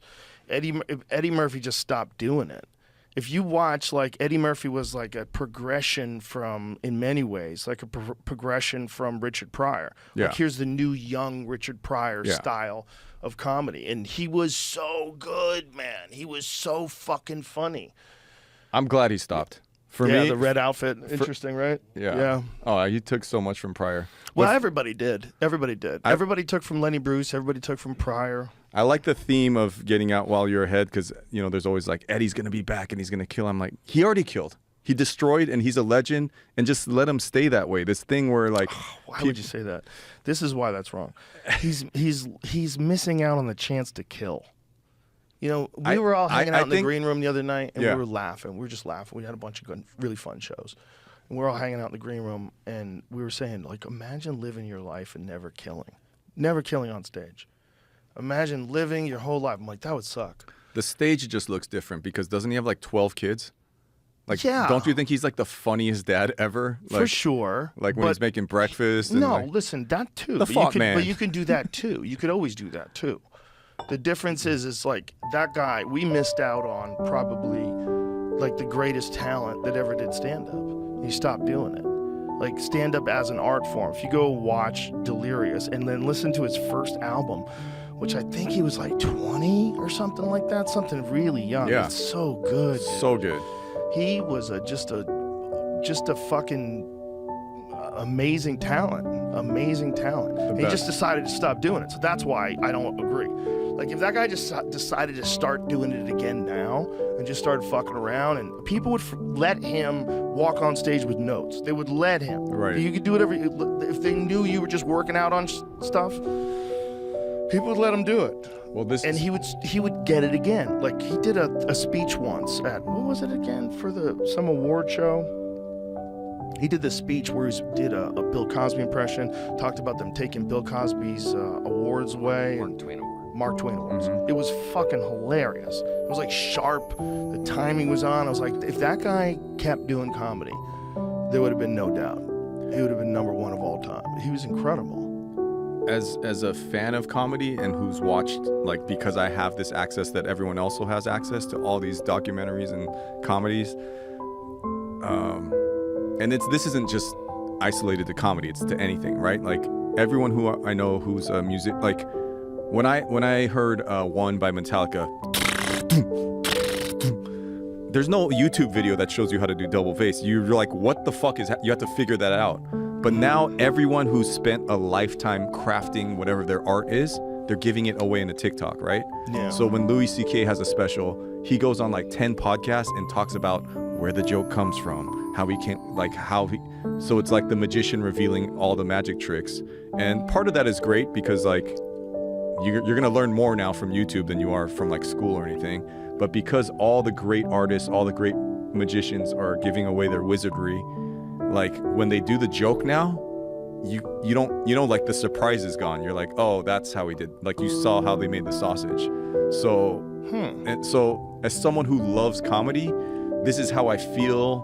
And look, there's always exceptions to the rule, but most comedy, I either feel like they're talking down to me or they're talking at me or they're trying to teach me or they're something like that. I'm like, funny, Number one Yeah. priority. Fun, like jokes, laugh, and it's like, let me teach you something. Let me show you what time it is. Let me this. And I'm like, there's so many podcasts that talk about the art of comedy, the behind the stage, behind the scenes. This is like this working out material, and like now it's just like a normal dude that didn't know any of that shit. There's too much shit. So when I'm like, I just want the joke to just be a joke. Like, what if I knew everything about how Eddie Murphy came up with the Raw act? You know, he's like, oh, this happens. Like, does it aid the comedy, or does it make it like you're watching a TED Talk or something, you know? Well, it depends on how funny it is. Like, there's people that I know, like Shane Gillis. I'll watch his set over and over and over again because I know it's funny. Right. I know where the jokes are. I still want to see them again and again. They're so funny. Right. I know how the sausage is made. Right. Like, it's not, no one tricking me. I know what's going on. You're writing jokes and work, but it's when it's really well done, I just want to watch it over and over again. It's like, I know how it's made, and I'm still laughing really hard. I know the lines. I'm still laughing because I'm in it. Like, you're laughing out loud? Yes. Fuck, dude. I love comedy. I love watching it, man. I still enjoy, that's like a very important thing. It's like, imagine becoming an artist, but not liking art anymore. You don't like other people's art. That would be ridiculous. But that happens to a lot of comedians. They become comedians and they stop loving stand-up comedy as just someone in the audience. Shit, man, I think you just described me. It's like, I don't like most art. I don't like most of my art, but yeah, You could easily get like that with anything. You could easily get like that with anything. I get jaded with, like, I don't watch porn anymore, but I got so jaded with porn. I got jaded with music. I get jaded with, and then I end up going back to like the classics of stuff that is nostalgic or whatever. So as a student of someone who's like, man, fucking life sucks, let me laugh tonight, and I watch these things, I go, I could see, like, this is a hot take, no disrespect to Chris Rock, but like, I didn't even know Marlon Wayans was a stand-up comedian, and his take on the whole Will Smith thing was fucking hilarious. And Chris Rock's was like, I don't know, like, it just didn't do it. I was like, I could see what he's doing, it didn't land for me, and everything I saw on the internet was like, he just bodied Will Smith, he fucking killed him, and I'm like, did he? I don't know, man. And so my feeling, so like, I'm like, I know what I sound like, the bitter, jaded guy, like, art sucks, comedy sucks, whatever. And so I did psychedelics recently, and like I said, I accused you of being an alien last time you were here. And I like, the person that makes me laugh more than anybody is when I'm fucking on psychedelics, and whatever that spirit is that's talking is always like, has the jokes. It has the jokes. And the last time, so this is a reoccurring topic. And once again, I got to say, this is not like, this is just something I see in my vision quest, right? So I asked the alien last time, I go, are you real? Are aliens real? He's like, yeah, it's you, motherfucker. I'm like, what do you mean? He's like, you never wonder why Asians' dicks are so small? And I'm like, what are you talking about? And he goes, I go, what the fuck is your problem, dude? He goes, you know what we look like, right? I'm like, well, yeah, the big eyes, almond eyes like this, bluish gray, no dick, big head. Like, you know, like, you've all seen that picture. It's like, you know what I look like, motherfucker. And I'm like, stop cussing at me, man. And he goes, we came down to Africa. We saw you fucking hairless little, you know, and we fucked a human, right? This is what it's showing me. It's okay, like, but it's not saying we fucked a human. oh no, right? it has the filthiest mouth. Really? Like, I'm dying. Like, I'm on the, like, this is what I look like. I'm like in like nature, like with a shaman, and I'm really? Yeah, I'm like dying, and the thing is, like, just because everyone's like, oh, I'm gonna have a spiritual experience, like, and it is spiritual, but it's a long trip, so it goes through like hell, heaven, jokes. And he goes, I came down to earth and I fucked your great grandmother, and I don't have a dick because we don't fuck with genitals. We were mind fuckers. We use our mind. That's how we have sex. And so we're beyond that. And he goes, look in the mirror, bitch. And I go, what? You ever wonder why Koreans have such big heads and your eyes are a little bit like this and your dicks are a little bit smaller? Because we didn't have any dicks. Humans had dicks. We melted, and so you have little dicks. And he's like, you never ever thought about why you're blue? I'm like, what are you talking about? He goes, you never wonder why you were born with a blue ass? And I'm like, what are you talking about, dude? Like, I'm like on the floor tripping. So I don't know if you know this. A lot of Asians, and they call it the Genghis Khan birthmark. Do you know this? No. Okay, they call it. Jamie, look up like Asian blue birth. So a lot of Asians are born with a giant blue birthmark on their ass. Really? Yeah, and they say it's all the way back from something Genghis Khan did. Yeah, there it is. Wow. Yeah, look, go down. Mystery The of the Mongolian blue spot. Wow. So I was born with a blue ass, Joe. I had a blue fucking ass, and dude, like Avatar. dude, straight. I have a picture of my and this. some have a small one like this, and some of them have. I'm sure you could find bluer ones, but then after like less than a year, it just disappears. So it's called the Mongolian birthmark, and I'd forgot about it till the alien was talking to me. That's amazing. And yeah, there it is. See? Mine looked more like that. Wow. So I was born with a blue ass. And so they know specifically from genetics that this goes back to the Mongol days? Well, I'm telling you who gave me the answer. The altar that I worship at. Nonsense. So the alien goes, you think you just had a blue ass out of nowhere? You're a fucking alien, bitch. And I'm like, what? And he goes, I gave you just enough dick to like, you know, like you don't need a giant dick. It's good. You think you want a giant dick. It's going to get in the way. I gave you a perfect dick. You fuck people with your mind, and you're not yellow. You're fucking blue. And I was like, whoa. Oh, it's not a Mongolian birthmark? He's like, you're fucking alien birthmark. And I was like, you know, I'm drooling. I'm like, and look, I did a horrible job. His delivery is way more vulgar. It sounds more like Eddie Murphy in his prime. He's like cussing, and I'm like, I don't know. It's like in my mind, I'm like, this is not what I was expecting out of this spiritual journey. So, yeah, I mean, it was. You never heard of the Mongolian birthmark? I don't know the exact story, but it's something with like Genghis Khan or someone did so much fucking that Genghis Khan apparently did a lot of fucking. Yeah, like there's some large percentage of the population that did something to make that birthmark, but it was clarified to me by that wouldn't really happen. So that is actually that story. Okay, one Mongolian spot is present on over 90% of Native Americans and people of African descent, over 80% of Asians, over 70% of Hispanics, and just under 10% of fair-skinned infants. Huh. You didn't have a blue ass? I don't think so. Nobody told me. Maybe they just kept it from me. My kids had blue asses. Yeah, some Mexicans that have story he's saying is in your psychedelic trip is literally the same story that's in the Sumerian text. That's why when you say wait, in the Sumerian text they say Asians are spawns of no. Or humans. Oh. That humans, that what happened was these advanced beings came down and they manipulated our DNA and added their DNA. But by the way, I have to say this. This is this guy Zechariah Sitchin, and he's very controversial. He's a legit scholar, rock solid credentials, but he's also like very controversial. Like I think there's a whole website called sitchiniswrong.com.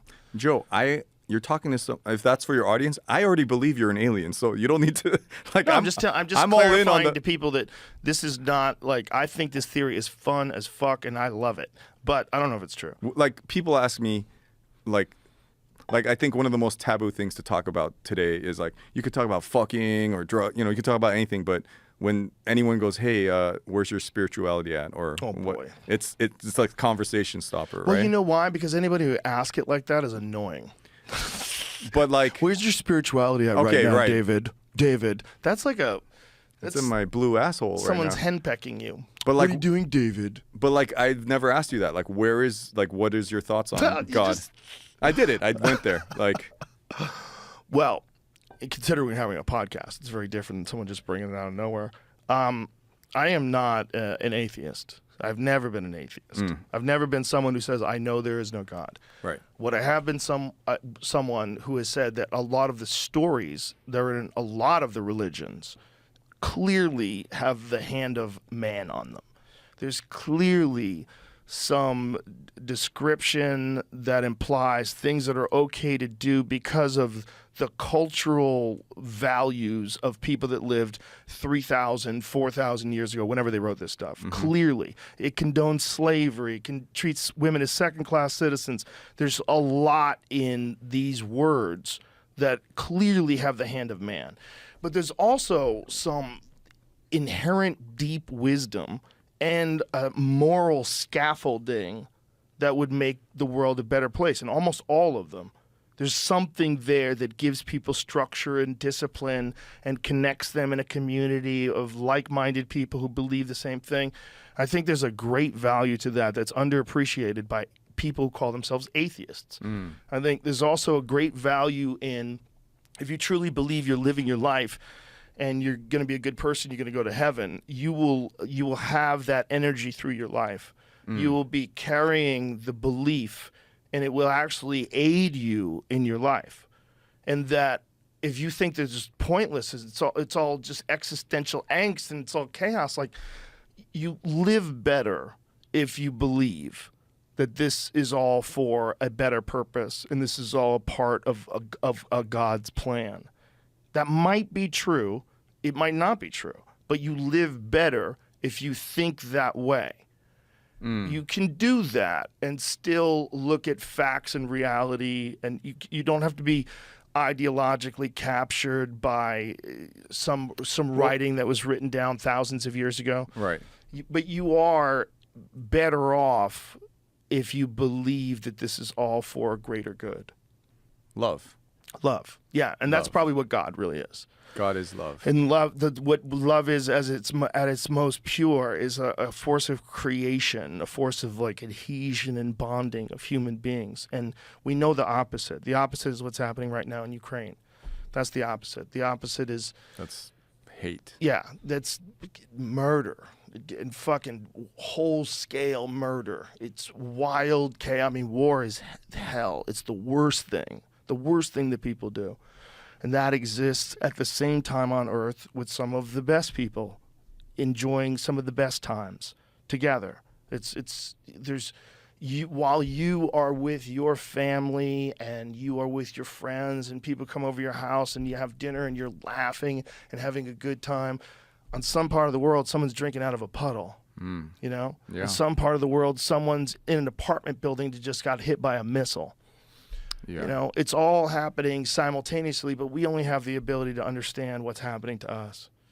And we kind of think these things, we know these things are out there because we watch TV and we watch the news, but we don't believe it. It's like, it's not even like there's people that are calling for like war in Ukraine. Like, you don't even know what you're saying. Like, you don't even know what that feeling is. If you knew, that would be the last thing you would ever want to happen. I fucking love you, man. Like, I love you. I love you too. And you too, Jamie, you fucker. Like, I'm not going to leave you out of this. And wow. Like, part of the thing, I love what you just said right now. And part of, like, the way I pray is creativity. Like, when I make something, that's how I interpret prayer. And what you talked about is, like, this belief. It's faith, right? Yeah. So, and part of why a lot of things I've done in my life, people have accused me of being suicidal, right? They're like, why are you going into MS-13 territory? Why are you going to the Congo? Why are you going to Bosnia? Why are you going to places that are in conflict? And part of that is like, I like it when it hurts. And it's just like, I'm attracted towards darkness, or I was. And part of that is just, I don't believe. Like, I watch the news, I watch something, and someone tells me, I've been to every state in America, right? Like, most Americans haven't done that. And is there unrest? Is there racism? Yes, there is. But when you try to say everything, like try to make it binary and everything in like black or white, like, I've had an amazing time in Texas so far, right? and all these places that are considered racist. Yeah, I've experienced that also. But even when I go to like Atlanta at a black mall, I went to the wrong mall, and everyone's yelling shit to me. If I could find one kid and be like, hey, why are you calling me that shit? And then I bond with him, in that moment, I'm just with him. I've used love. And he didn't run away from me. Like him and all of his friends were doing this. They were like, and I was like, this is like 20 years ago. And I'm like, oh, fuck, dude. And they were yelling. They're literally yelling. You came to the wrong mall, bro. Wrong, you know? And I was like, oh, shit. And I felt threatened. I felt like, oh, shit, like something's about to happen. And this is 1999 or something, you know? And so, I you know, because of the religious abuse that I was raised in, and it's crazy because most of the mental health institutions or rehabs I've been into, you've heard about sexual abuse, physical abuse. You've heard of those abuses. I had never heard the word sexual abuse or religious abuse. And I'm like, it's disproportionately a lot of Orthodox Catholics, Orthodox Jews, hardcore Muslims, hardcore Christians, hardcore Mormons. Like, it's just that like organized, like you have to be like this or else you're bad, creates so much shame. And I'm like, fuck God, fuck religion, fuck all. But that's like, now I've gone the other side towards hate, and I'm like, I'm a loving person. Like I was telling you, like, it's not an accident that you're like the biggest podcast in the world. You're such a sweet, loving, you don't like get involved with all this other bullshit podcast drama that all of these other, like, you're just loving. You're lovable. You are love. And so I always go, I tend to be a hater. That I'm always pushed to like talk shit or be bitter and fuck everything sucks. And I need love to drag me back. And so part of that is, you know, this is part of 12-step stuff, like higher power and whatever, is we like having a team, right? I'm a Christian. Our symbol is this. I have a star. Ours has 20 arms and swords. Like everyone wants to have a logo and a T-shirt. And my church is this. Ours are round. Ours are like Gothic. You know, and that's good, right? Yeah. It's good to have that. But I was so jaded and I was so bitter. And the guy that was helping me through all my darkness was like, kind of don't care. I kind of don't care if you believe in God or not. It's just like a fake it till you make it. He's like, I just want you to believe and have the faith. Whether you believe it or not is irrelevant. I was like, what? He's like, it's just weird talking to you because no one believed you'd be the wealthiest artist in the world except for you. That's insane amount of faith that got you there. No one thought you would do this in your life. No one thought, and you were the only one, maybe your mom, but because you believed it, it happened. So it doesn't matter if 10th Planet is ludicrous or the science, like even science is a religion. How many times has science been wrong, right? Well, science is data.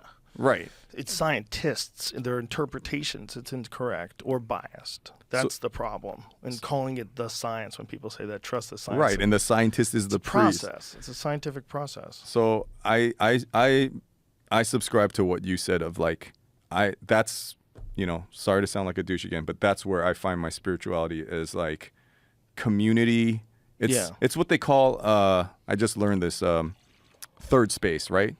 Like first space and second space is like your house is like first space, I think. Second space is like work, where you work, and then third space is what people need to like be social, like whether that's a cafe, church, the gym, and third space is the internet now, right? That's just where everyone congregates.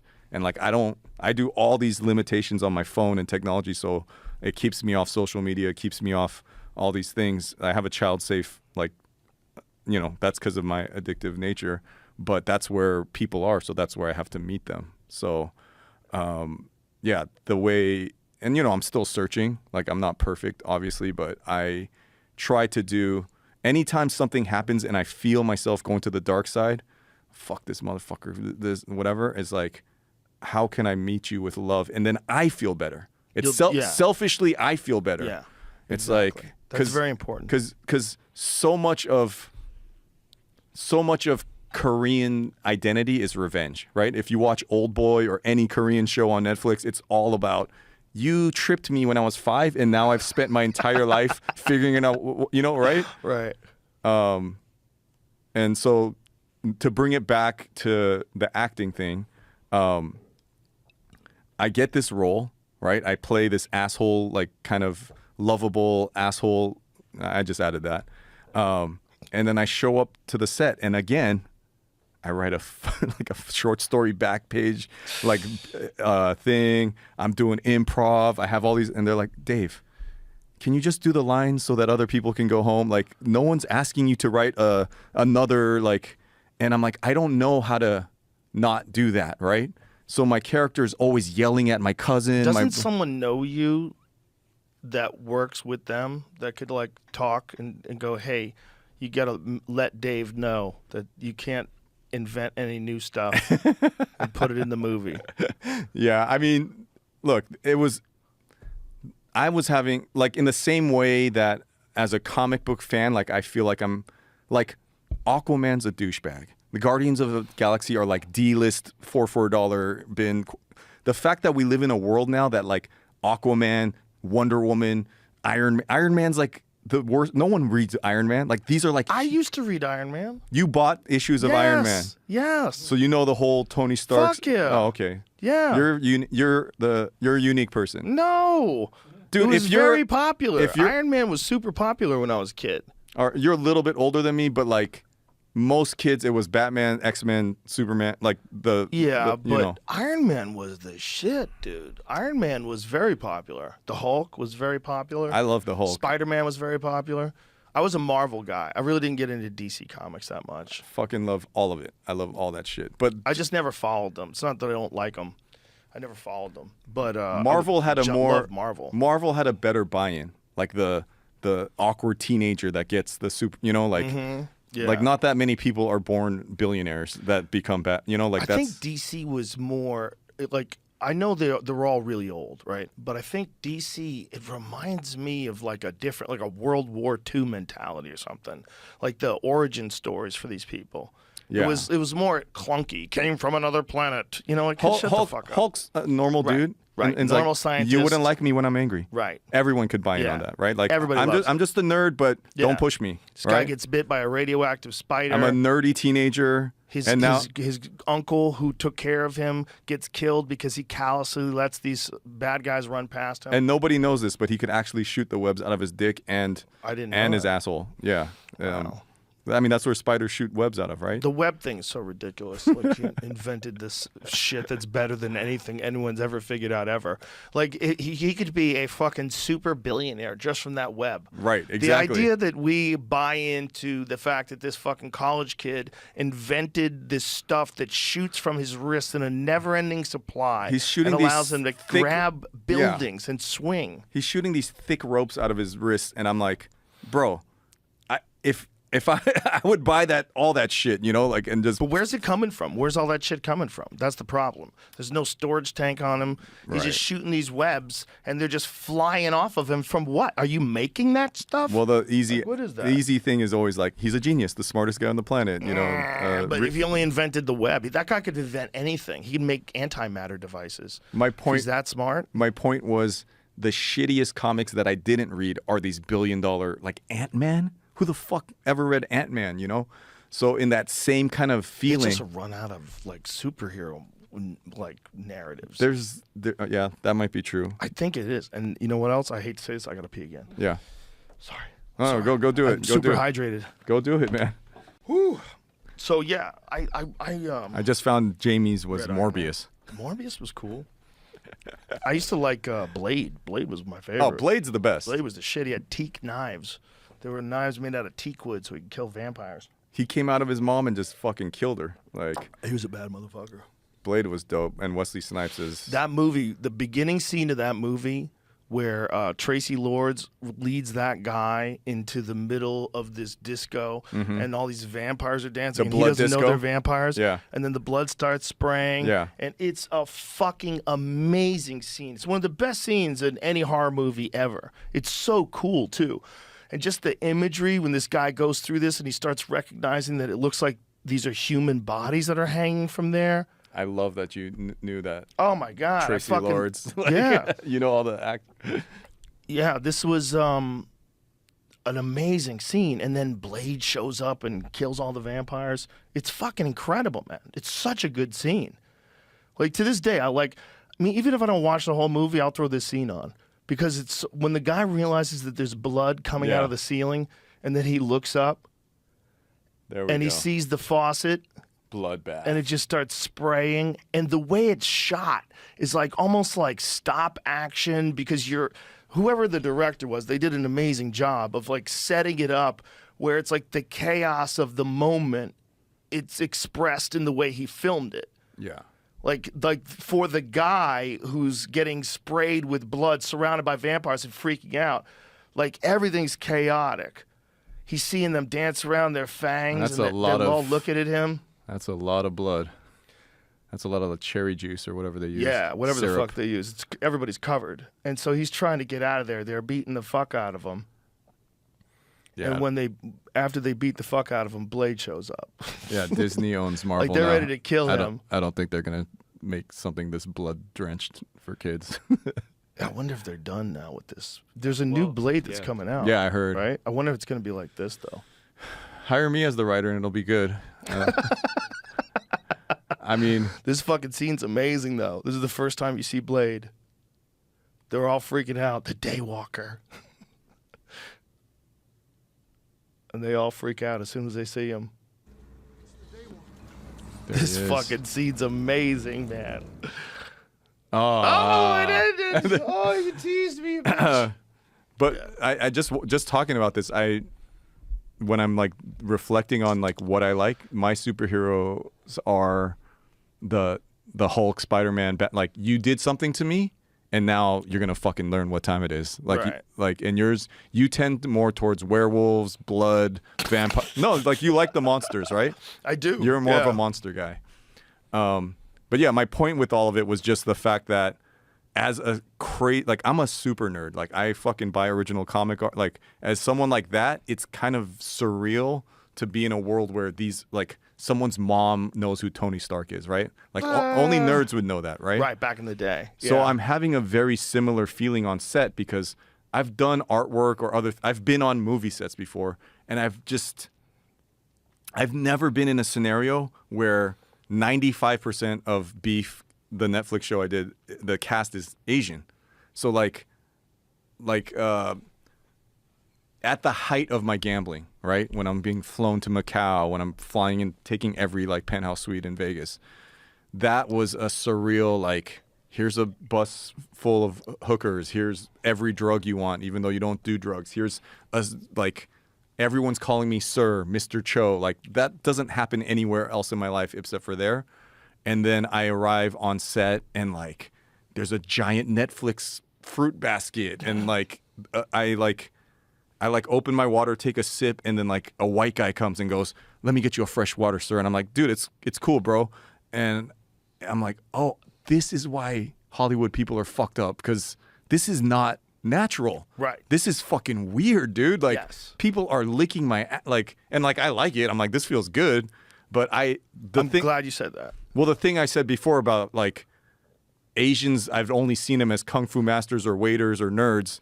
I'm like, oh, I get to play like a real person, and I don't have to like code switch, or I don't have to pretend to be this kind of Asian or that. Like I'm just me. Right, but the weirdness is the way they treat the stars. Oh, dude, I'm it's like bizarre. I was like, bro, I'll get my own food. You know, like I get to my room and they're like, and it's like if acting or Hollywood is a religion or a cult, like it's just everyone there is buying in, right? Like the lighting guy wants to be. Well, that's like, if you're an atheist and you're really into acting, right?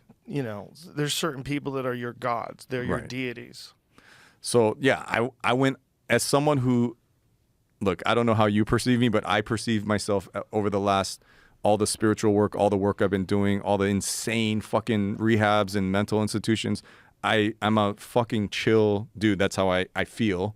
But that wasn't my role for this character. I had to go back to old 19. Old Dave. Yeah. And so now I'm with my family at a deli getting a Reuben, and you know, my wife's like, that was a very aggressive Reuben order. You know, like I'm like, over here, like, and I kind of don't like how I feel. And I'm like, you know, I'm talking to Allie, I'm talking to Steve. I'm like, I don't know how you guys do this and not lose your mind. And they're like, Dave, you don't have to go method. And I go, I don't know how to not do that. Like, I don't have that button. So you're doing meth. So you're ordering food in character. I wasn't trying to. It just was. They called it leaking. I was leaking like fucking crazy. Oh, okay. Like I was like that guy because I'm like. Yeah, don't do that. And the thing is, like, if you're like, I act all day with my kid, right? I'm playing, and then it's fun. It's the objective is fun. But if I'm waving a gun at someone's face and I'm like, fuck you. And like Ali Wong's my friend. I don't want to fucking yell at my friend. And the guy says, cut again. Fuck you. Cut. Fuck you. Cut. At the end of the day, like, I've just been screaming, fuck you, waving a gun. And like, maybe if I grew up as an actor, but like, I go, that doesn't feel good. Like that doesn't feel good to me. And so I like kind of like lost my mind playing this character. And so I checked myself into a mental hospital for a week. Oh my God, Dave! I was like, why not? I called this place that I used to go to. Like, so playing this character, like, I lost my fucking mind. A switch in your I brain lost my or mind. Really? Yeah, I lost my mind, and then I went to the Mississippi. I go there all the time. And Can I talk to you about Yes. this? Yes. Just the path of the mind, right? How flexible is the idea of losing your mind? Like, is it when you're at a good state of mind, you're in a good state of mind, and something comes along, like, how flexible is your mentality? Does it immediately go into this new groove? Like, if you decide you're going to be in character, you're going to play this asshole, does that become you? Like, and how much of who we are, or who we assume we are, is just a program that we're running so that the weirdness of life doesn't give us unbearable anxiety. So we're running a program, and that program is most of your past thoughts and experiences and the things you've learned and done, and then interface that with the rest of the world. But if you decide, because you're playing in a role, that you're a fucking asshole, like, I wonder how much of what we are is choices where, for you, it was just acting because you wanted to be an asshole for a movie. But for other people, like, how much of who you are is because of the way people behave around you, and how vulnerable are we to other people's behavior and thinking? And just like, let's go back to the Hadza where you were talking about these people all eating those brains. For them, that is completely normal. Yeah. It's completely normal. It's a highlight. So it doesn't feel bizarre at all. Yeah. For you, culturally, you've never experienced this before. You're there, it's wild. You're like, holy shit, this is crazy to see. That all of it's crazy to see. But isn't that seems to be the fucking case with everything. I think the human mind, like what we accept and what becomes normal to us, I think it's very malleable, really malleable. Oh, I mean, absolutely. And as someone, if you're a really good human or artist that you have walls down and you're like a conduit, then things affect you. If I'm like jaded and my walls are like this, then I could watch a snuff film or like have the worst shit happen and it's just like whatever. I could see a guy dying on the street. Yeah, but don't you think if you had that way of thinking, you couldn't be creative? It's almost like that way of thinking, like you're putting up a barrier to sensitivity, which is like so important for any kind of art. You have to be sensitive. Well, look, part of existing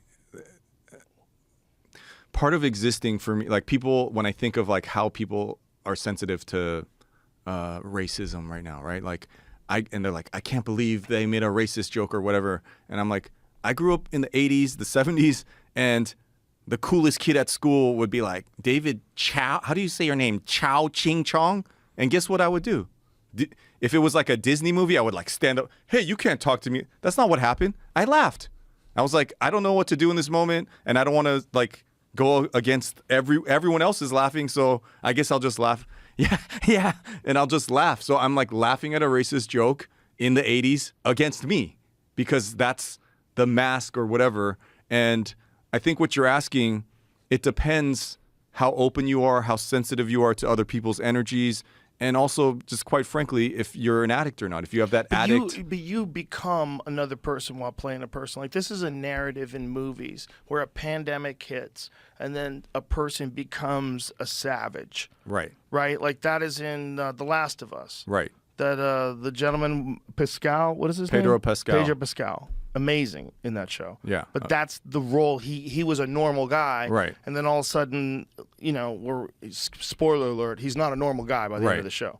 Right. That human beings can become other things. Very quickly.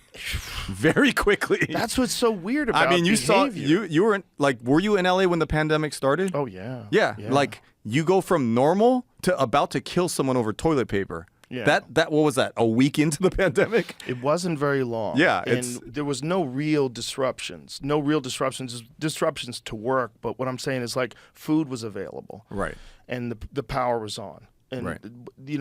What got crazy during that time was, even under the best case scenario of a total disruption of the country. Because the best case scenario would be, it's not for a war. It's not, like, the power doesn't go out. Like, there's a lot of scenarios that you could see way worse than what the pandemic was. But look at the fucking damage it did. Right. Look at the damage it did to people psychologically. Look at the damage it did to businesses, to small businesses. Look at the damage it did to information. Look at the damage it did to, propaganda and the way people think about the news. I mean, look at the damage it did to the idea that the people that are running the country have a good sense of how to take care of things like this. I mean, fear, real or imagined, is. I mean, there's a quote about it where most of these things that you're scared of will almost never happen, right? So you live a life like wound up, guns. You're like ready for the worst thing, and it'll never happen. But that's before the pandemic, right? See, there's people that were like that already. Yes. And then the pandemic came along and cracked them. Yeah. And there's I was looking at tanks on Craigslist.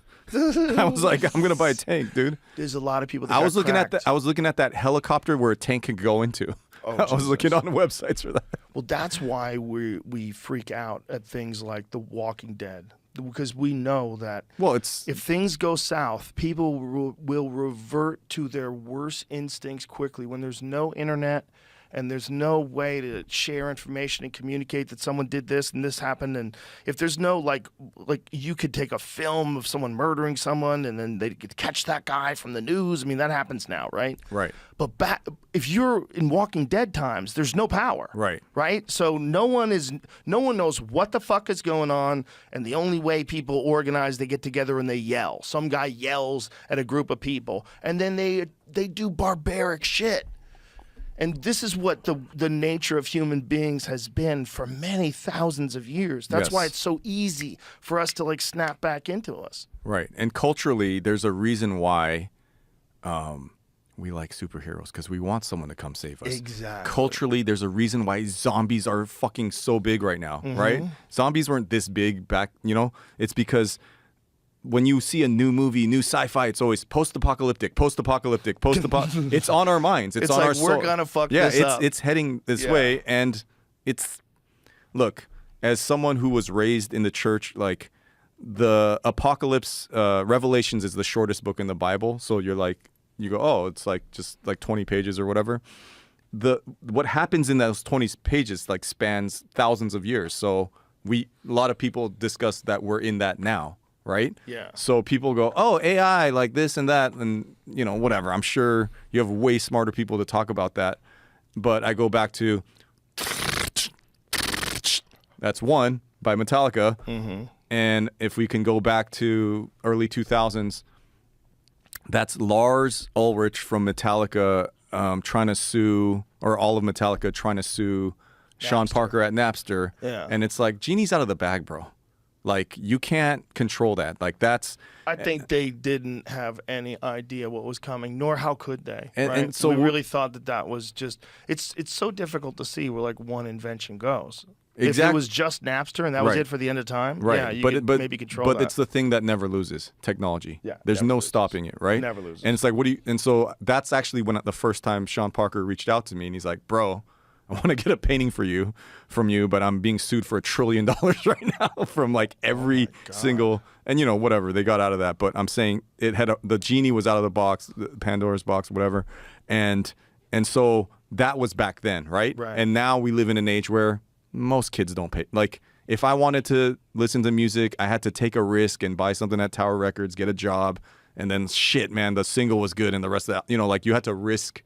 But now because we have access to all the porn, all the documentaries, all the comedy, all the music, it's like in that way, everyone's wealthy, right? Anybody can have access to anything or find a way to steal it or have it with very low risk of getting caught, right? Right. And so people don't understand. We have what's out AI for the consumers, right? But some of the people we know, like this shit is bonkers, dude.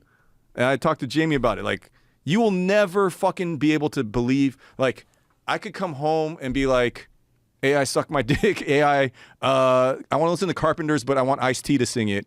AI, my dad was like really shitty to me. Put him up, hologram, have him say all the apologies I wish he said, but he never said. AI, Ozarks, but all Asian, change the ending to The Sopranos, deep fake. Like, that's coming. Yeah. That's Yeah. here. Yeah. It's not perfect yet. It's getting real close. And so what does it do? It brings the temperature of the fear up, right? Like a lot of my friends have lost their jobs.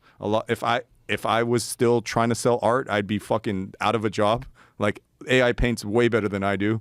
And so what did Metallica have to do? Tour, right? AC/DC, Stones, like 90 years old, still fucking touring. And so it's like what we were saying again. That's here now. You could sign papers and shit to try to make that go away. That's a fucking insane monster that's here now.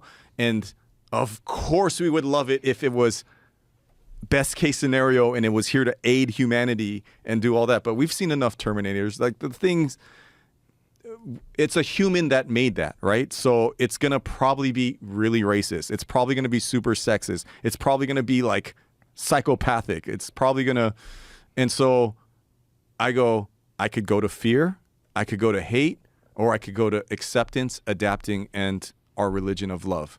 And so whatever, like, that's a gift. If you're like working at a job and you're like, wow, AI is a self-driving car now. I'm out of my truck driving job, or I've learned my whole life how to like edit sound, and now that's done. Like, all that, it's almost like freeing you to be the whatever is coming next. And so whatever your version of touring is, right?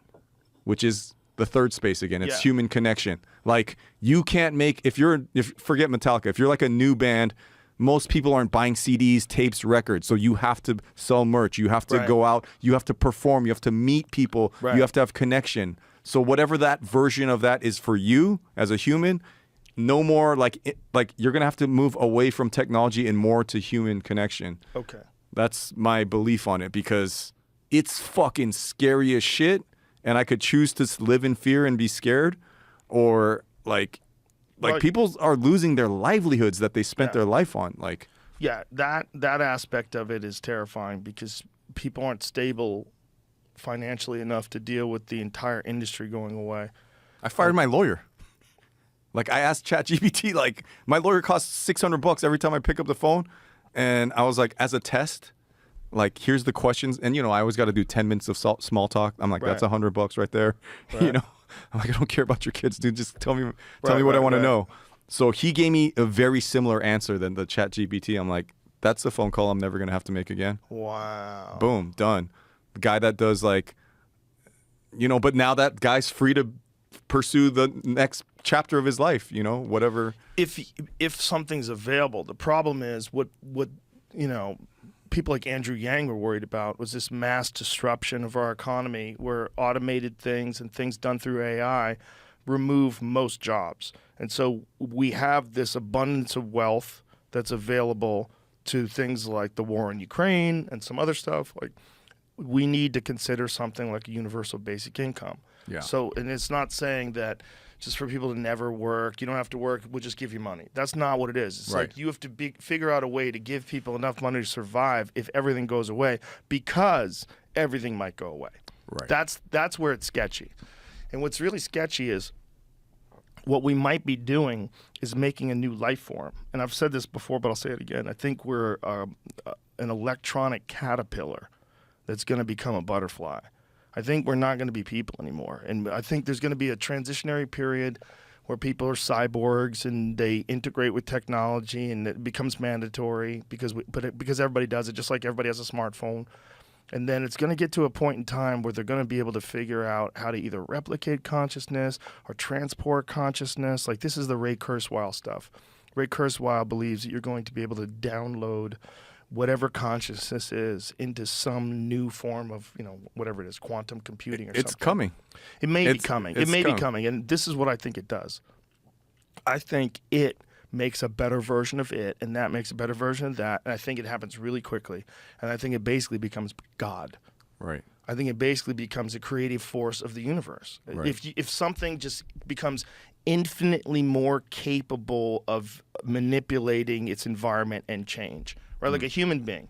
What we have done, the most devastating thing we've ever done by far, is create atomic bombs, right?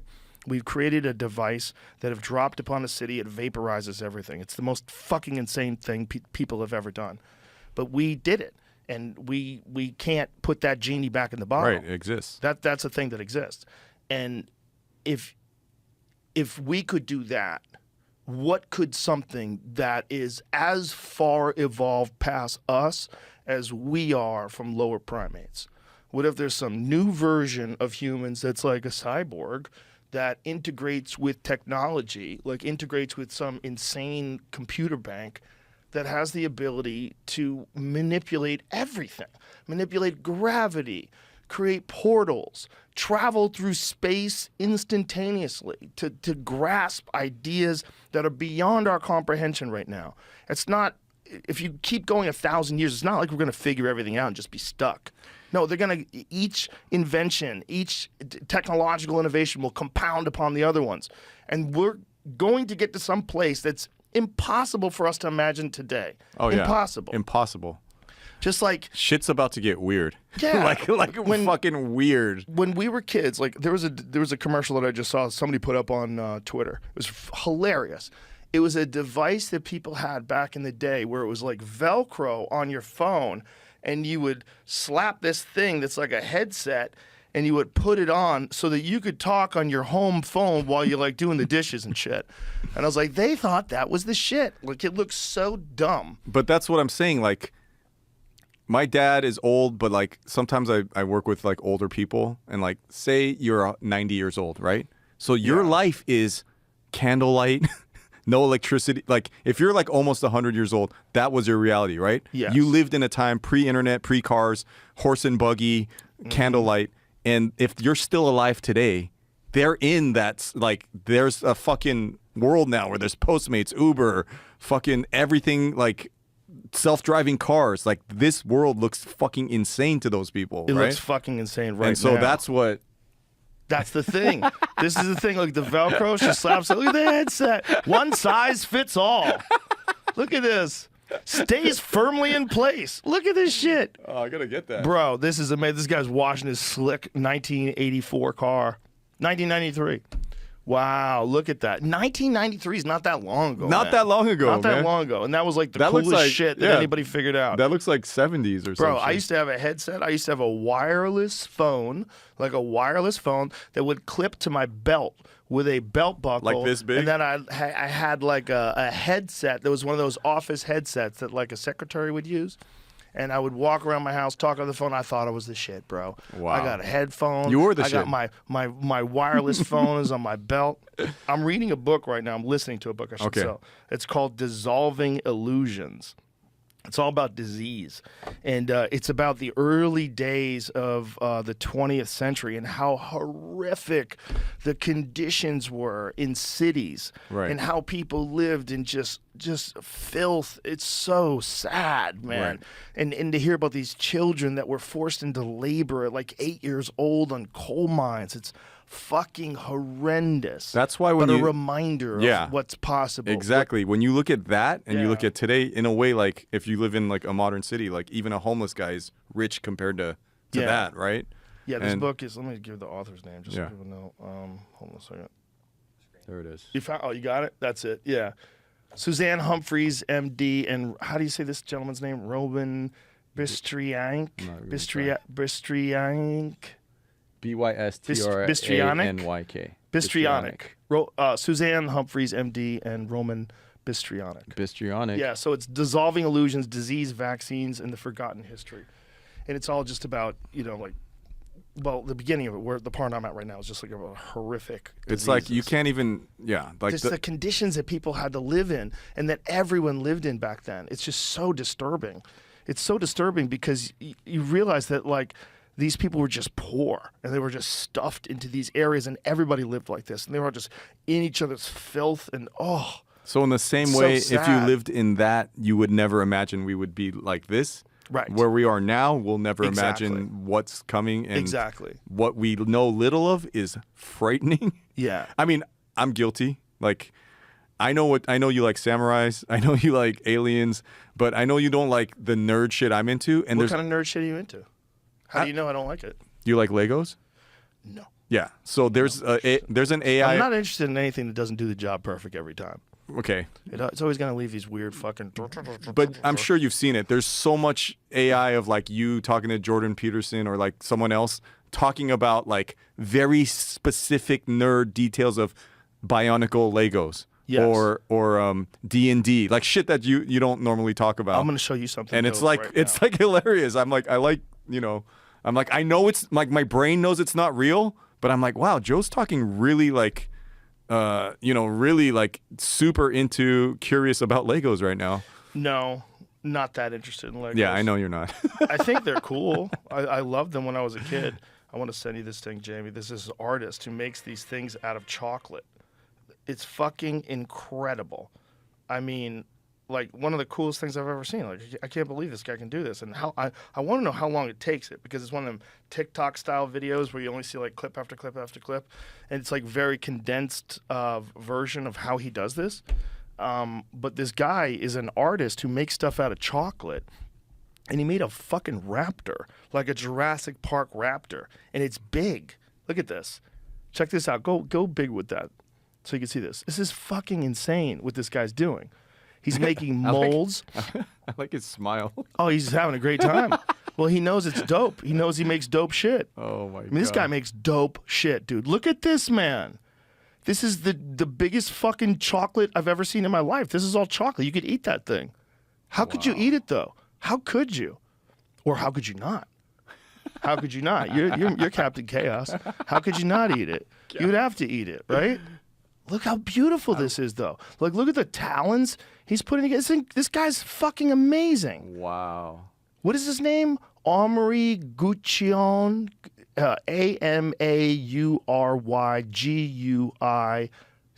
AMAURYGUICHON. I don't know where he's from. I just found this yesterday. Whoa, the fucking eye moves? Dude, it rolls around inside the head. He's got it like loose in there. Look at that, man. Wow. That's chocolate. But like All his stuff's incredible too. Where's he from? It says, yeah,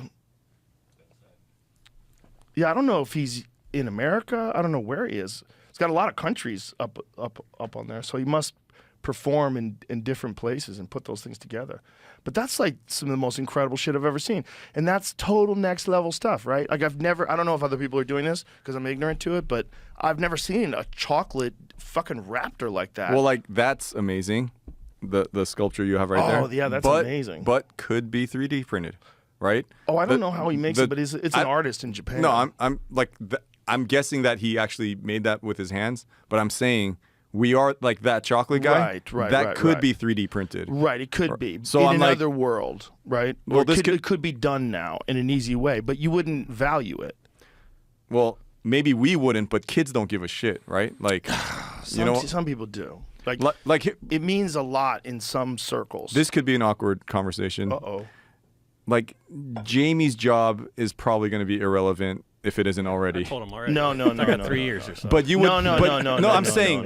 No. Half of the show is the fun of That's pull what I was- that up, Jamie, that- and I'm like, what kind of bullshit ass link is this? Find me some shit on DuckDuckGo. Let's.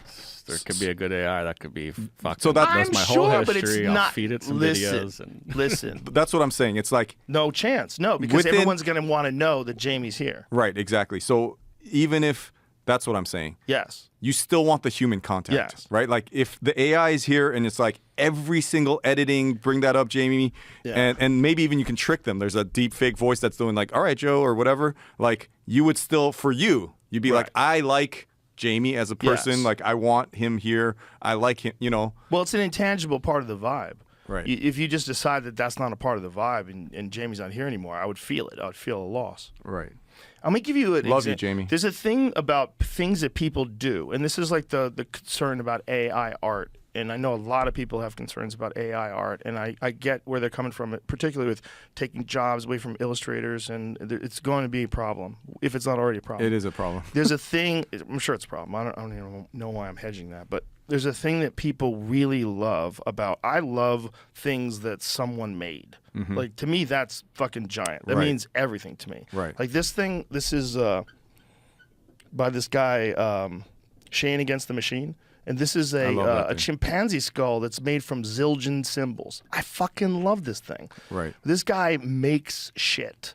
Like, you go to his Instagram page and he's You could see the texture of the symbol. You couldn't, if you did that with a 3D printer, it wouldn't mean anything. It would still be dope.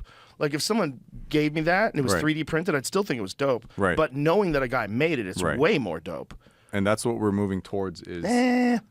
I don't think you and I are, and I think as long as we can express the value... saying we're moving towards... Oh, yes. You're going to have to make stuff by... Like, yes, it's going to be less... It'll mean more. Yeah, it means more. It means more. It's real. This is this guy's version of, like, Metallica tour. Like, you have to... Exactly. You could mass produce shit, but that's going to have less value to someone like me. It's a giant thing in the world of pool cues. In the world of pool cues, there's computer-made pool cues, where they're made on this lathe and it doesn't ever fuck up, and it's really, in those pool cues, it's just about design, and just beautiful execution. But in the world of handmade pool cues, there's some motherfuckers that are like cutting. There's this guy named, well, my buddy John Showman's one of the best examples. He makes pool cues where they are cutting these points into this wood, and they have all these layers of wood, and it's a big block, and they spin it on a lathe until it becomes the perfect diameter, and they make sure the wood has a good harmonic sound to it. They like dunk it on the concrete to get a sound. My friend Eric Crisp, he takes every shaft and he listens to the sound that it makes when it bounces off the cement. So he wants to know they have the right harmony and that the harmony of the woods go together. So the artisanal pool cue guy is like, how many of those are in the world? There's quite a few. There is? Yeah, I mean, not in compared to like how many lawyers there are. Right. I mean, there's dozens. There's dozens all over the world, and there's a lot in Japan too. There's this one company called Zen Cues out of Japan that's doing fucking phenomenal stuff, like super artistic shit on pool cues. But the rate at which, you know, like, I started earlier with you today talking about like how I figured out the money game or the thing. Like the AI can figure that out in 2 seconds, right? Like it could catfish the shit out of anyone. So in that same way, it will figure out how to make imperfect stuff to give it a handmade look. And I honestly think you're good. So then the value will be in the documentation of it. Yeah. So like go to North Demon Cues. There's this guy in China that makes these fucking beautiful pool cues, and he documents a lot of the construction of it on these tiny little things that he's inlaying in there with silver and copper, and he's setting it all. Look at this fucking gorgeous work, man. Wow. This guy's doing this. I mean, there's photos of his lab where he puts all this stuff together, but his cues are fucking gorgeous. Beautiful. They're works of art, and they play really good too. It's like crazy combination because you can't just have that. It has to be balanced. It has to have a feel when you drive through the ball. And you can make amazing stuff with computers. You can make amazing stuff with machines. But you're not going to feel it in your hand and know that a man on the other side of the world constructed this. And he did it in his workshop. And he did it with machines, like sanding things and sawing things and lining it up perfectly. Right. It's incredible. So someone who's in the position of like, that's my passion or my hobby. I love making handmade pool cues, but that doesn't really pay the bills, so I'm going to go towards law school.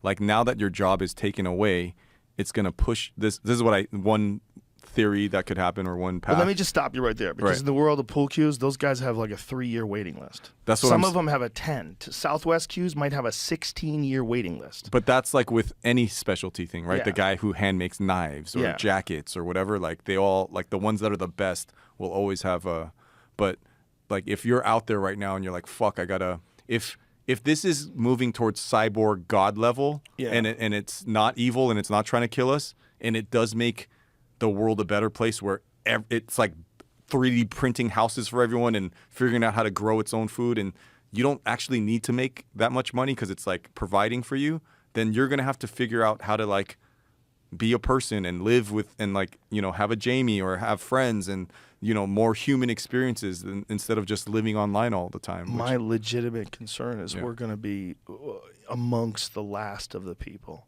That's my legitimate concern. My legitimate concern is the idea that we would never be here is so outside the realm of possibility that we don't even think about it. Then we better but I party think fucking if hard. you think about all the other planets that don't have any life, and the idea that this one life is going to prevail, why? Just because it's us and we're awesome? Like, I don't believe that. So And whether it's by nuclear Right. disaster, you know, whether it's war, nuclear war, whether it's some horrific natural disaster, whatever it is, it easily could happen.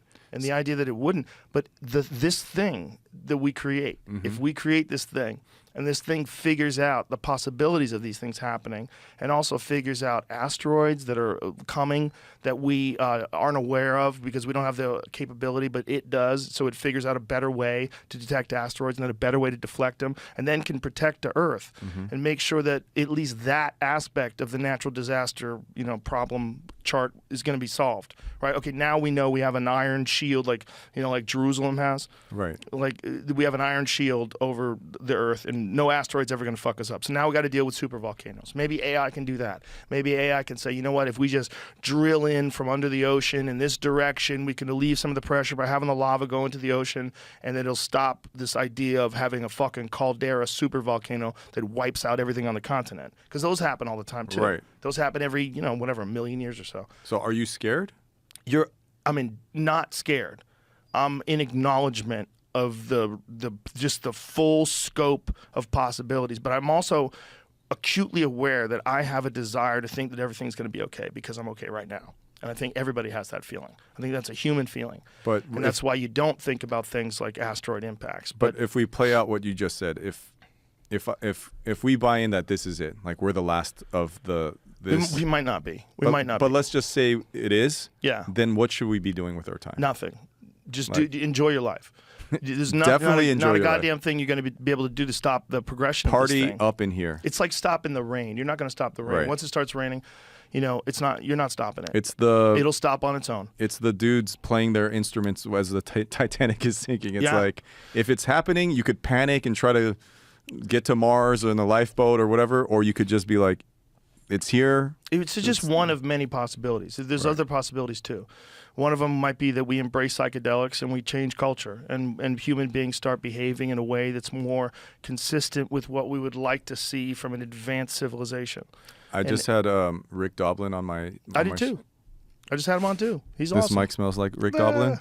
That guy. He's Man, the best. He's been in the best. trenches for decades. Hearing him say that he decided to get into psychedelic therapy when he was like 18, 19 years old, I'm like, how did you? Right. It wasn't even legal back then. But this guy's been on that grind forever. So the only like I don't fucking know shit about NFTs, but like I made one and just it's like buying a painting where I paint over like 20 times. Right. And I donated all of that to Maps, and like That's awesome. like psychedelics saved my life. It's like connected me to like a part of myself I would never get to through Western therapy or whatever. So I've known Rick for a while. You know, we talk here and there, and I said, hey, I have a show called The Choe Show. Do you want to come on?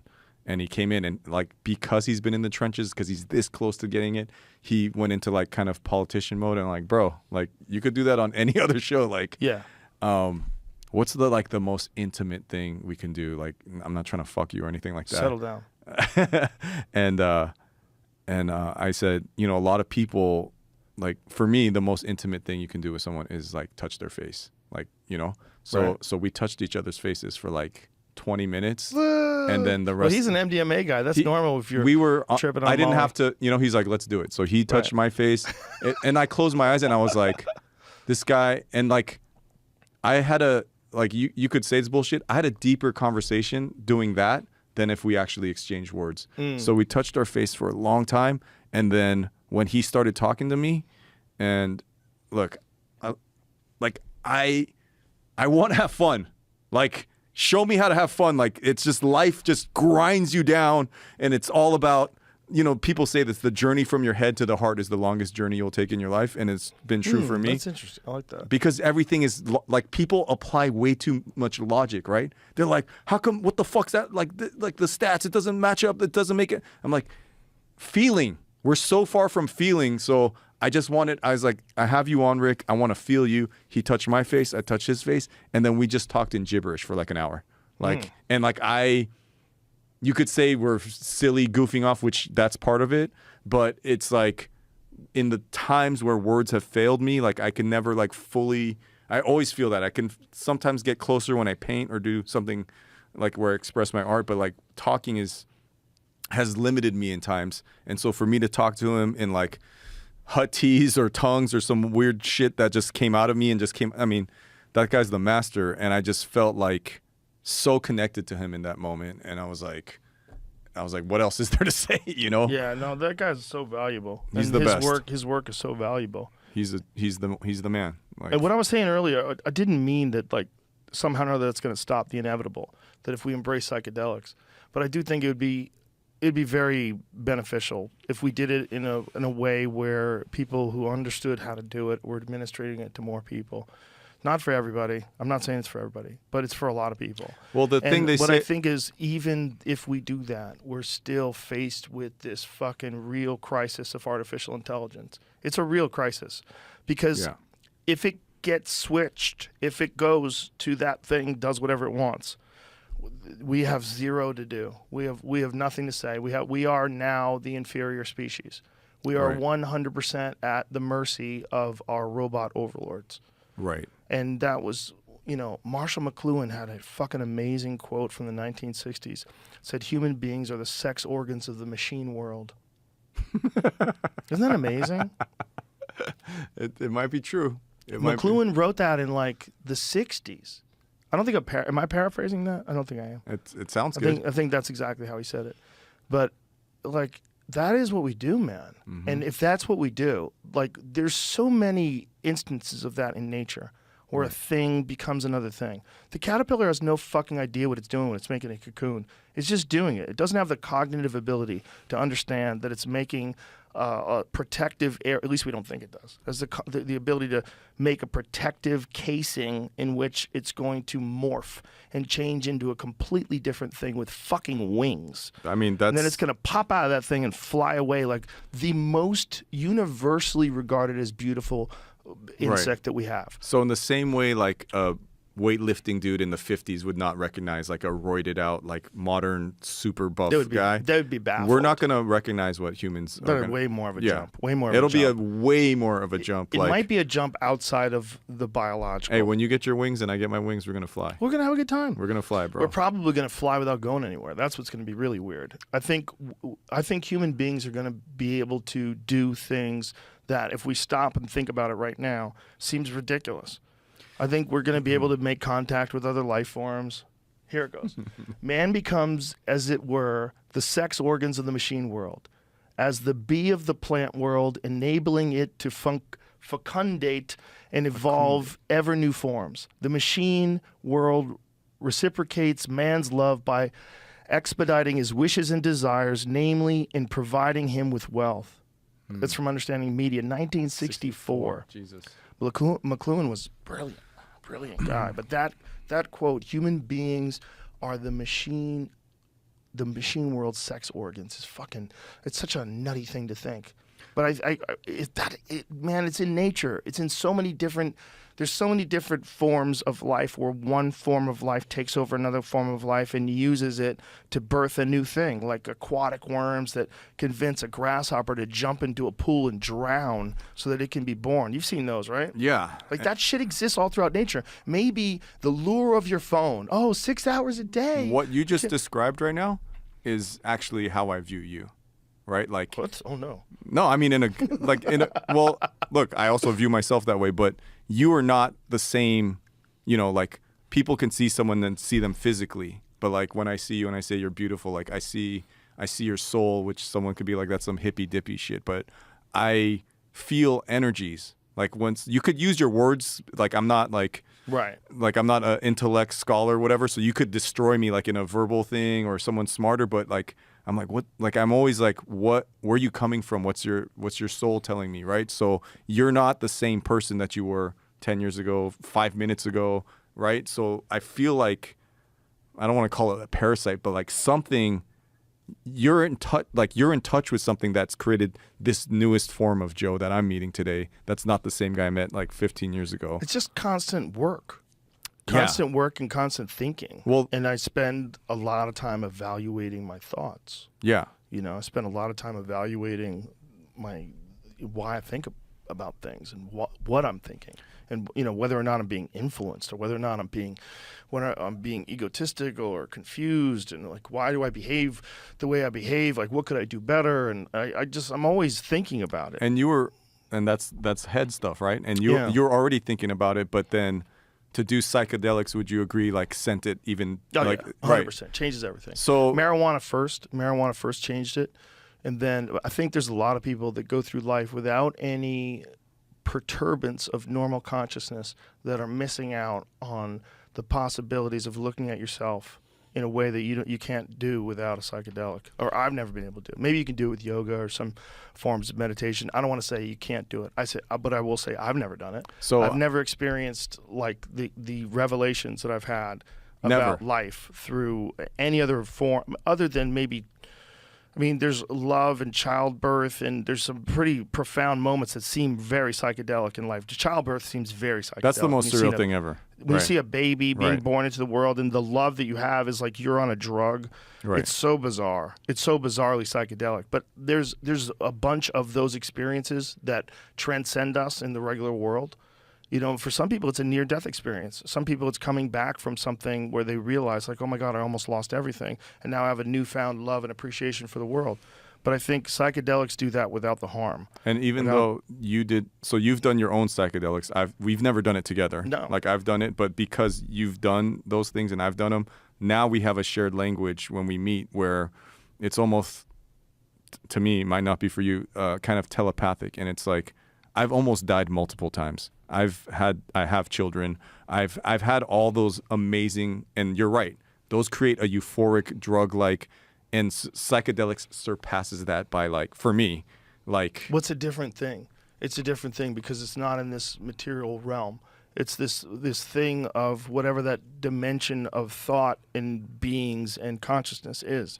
I don't know what that is, but it doesn't exist here, right? Mm-hmm. So you can only take the information that you get from that and bring it back to here.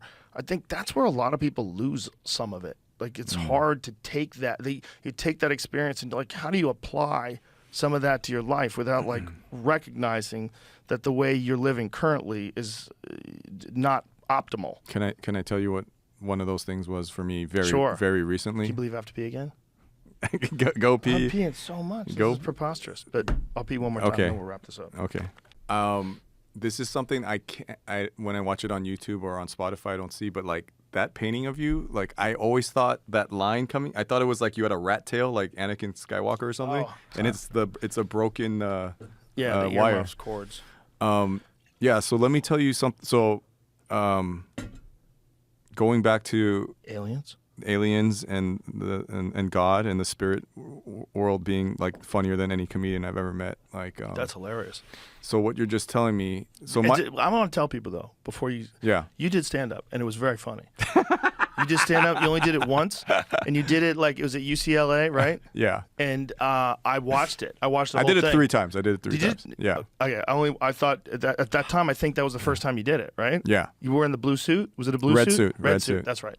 Dude, it was very funny. Thank you. It was good. I was like, this guy could be a comic. Thank you. And I remember I called you and I told you that. Wow. Yeah, thank you so much. You could do that. Like, you're one of those weird fucking dudes, like Howard Stern. When you could start painting, you could do. But I think most of us are like that. I just go all in. I know, but that you do. But that same reason, like, I know I'm kind of joking with you. Like, why do you think that you could win fucking Survivor? Because there's other people like you out there. But I know, I love the fact that you don't think there is. Can you tell me if this is true? I heard that your new comedy club, which I can't wait to check out, like, you have to put your phone into that lock thing before you go in. Mm-hmm. Just hearing that, like, just like when I did, yeah, there was cell phones the first time I did it, but like, I just, to know that you could literally say anything. You can say anything. And it's not going to come, and Come maybe do a show. Dude, like, it's. We'll put you in the little room. You'll love the little room. The little room is the shit. It's the fucking most honest room in the world. 120 seats. It's fucking incredible. It's like you're in there, you're like, wow. Thinking about doing stand-up is probably the same reason why I still work out at like the worst 24-hour fitness. Listen to what I'm trying to do to you. I'm trying to get you to move to Austin, do jiu-jitsu, and do stand-up. What am I trying to do to him? But to go back before P-break, the thing I wanted to say. Aliens. Okay, so my life or my experience or my journey with psychedelics is 35 was the first time I ever did anything. Like, I'd never done drugs. Maybe I smoked weed once with BJ Penn, like, before something, but I did it once. He's like, "You're not going to smoke with the champ, bro." And I'm like, you got to smoke with BJ. Oh, man. That's like smoking with Snoop Dogg. I took one hit of how powerful that shit was, and I couldn't move. So that was it. When did you meet BJ? I met BJ through Pat from Ruka 20 years ago, maybe? Like, BJ. So you met BJ when BJ was in his prime. Oh, yeah. BJ Penn in his prime to this day. I think there was a couple of years of BJ Penn that I would put up against. I would like to see him against anybody at 155 pounds that's ever lived. The Prodigy. People, they only look at like bad performances. And I said this to BJ when he was on the podcast. If you just look at the elite ones, he was so good. He was so good. And when he was really fit, like when he was doing his strength and conditioning with the Marinoviches, like during the Sean Shirk fight and the Diego Sanchez fight, bro, BJ was a motherfucker. But I know you didn't like how I said Eddie Murphy should quit when he whatever. When I look at my friend like BJ Penn or someone like Conor McGregor or Anderson Silva, people that just killed it, right? They took it, elevated it from like... Right, but why quit? Why quit? It's the most fun thing ever. This is what you don't understand. Like, that's the most fun thing to do. It's the most fun. But losing is fun? It's not always losing. But like at the end when they keep thinking they're going to win.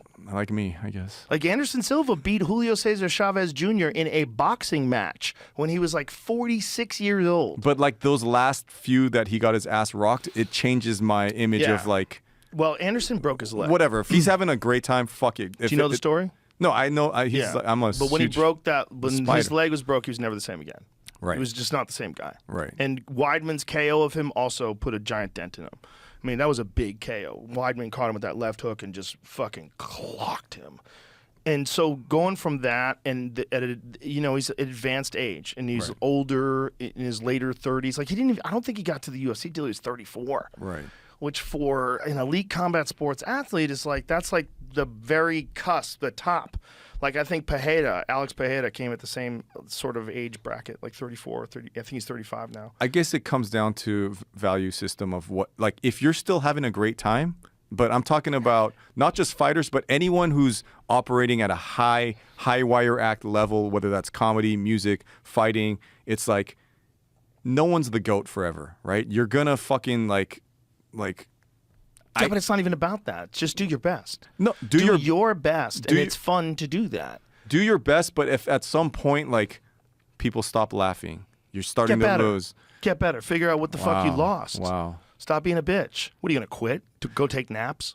Let's go. It's not. Let's go, David Choe. Let's go. First of all, I take a lot of naps, and it's not quit. It's pivot. It's adapt. Right? It's like you're gonna stand there as AI comes at you, and you're like, "No, I'm still the best." No. Now we're talking about some insurmountable obstacle. We're not talking about someone's career that they've already flourished in. We're talking about an insurmountable obstacle. If you're talking about AI, you're talking about a life form. Right. And you're talking about probably the new dominant life form on Earth, and that's probably how life gets designed in the cosmos. It probably recognized at a certain point in time the biological limitations of evolution in regards to these multi-celled organisms. Right. But if evolution can convince these multi-celled organisms to create something synthetic Right. that's not dependent on blood or bone, and maybe can live off solar energy or live off water, who knows? But if it can do that, if it can figure out that, then the game's over. Well, look, And besides it's probably what happens everywhere. the very, very powerful one puff of BJ's weed that I smoked, my drug, so I'm 46 now. So the last 11 years, I've done mushrooms 8 times. I did ayahuasca 3 times all in 1 week. That was the first time. And then very recently, once again, the comedian is back, God, alien, whatever you want to call him. And I was summoned by the guardians of the plant, Iboga from Gabon in Africa. I'd never done it. I was like, the last time I did ayahuasca, which was 35, the drug told me, the medicine told me, you're done. We've given you enough blueprint, enough instructions for you to do for the rest of your life. You don't need to abuse us because you like to abuse things. And so I stayed off that. And then my friend called me. He's like, these guys that just are psychics that like, you know, go around the world like administering these iboga ceremonies. Like it's the entire plant grinded up, and I was not ready. So I'm in a mental hospital because I just finished filming Beef. I'm trying to like go back to, like you said, I was very affected by emotions. I'm trying to get back to me, Dave, like peaceful, loving Dave, and this guy's calling me from Mexico City saying I've been summoned by the guardians of the plant. Sounds like a movie, and I did the most powerful I mean, I was high for 4 days where I would go to, like, I couldn't sleep. I couldn't eat, like, and, you know, not recommended for, it was way, way past what ayahuasca was. And all humans have an operating system. If we're like fleshy computers, right? We're born and then you're taught what you're taught, and then you kind of, that's who I am, and that's kind of stuck who you are for the rest of your life.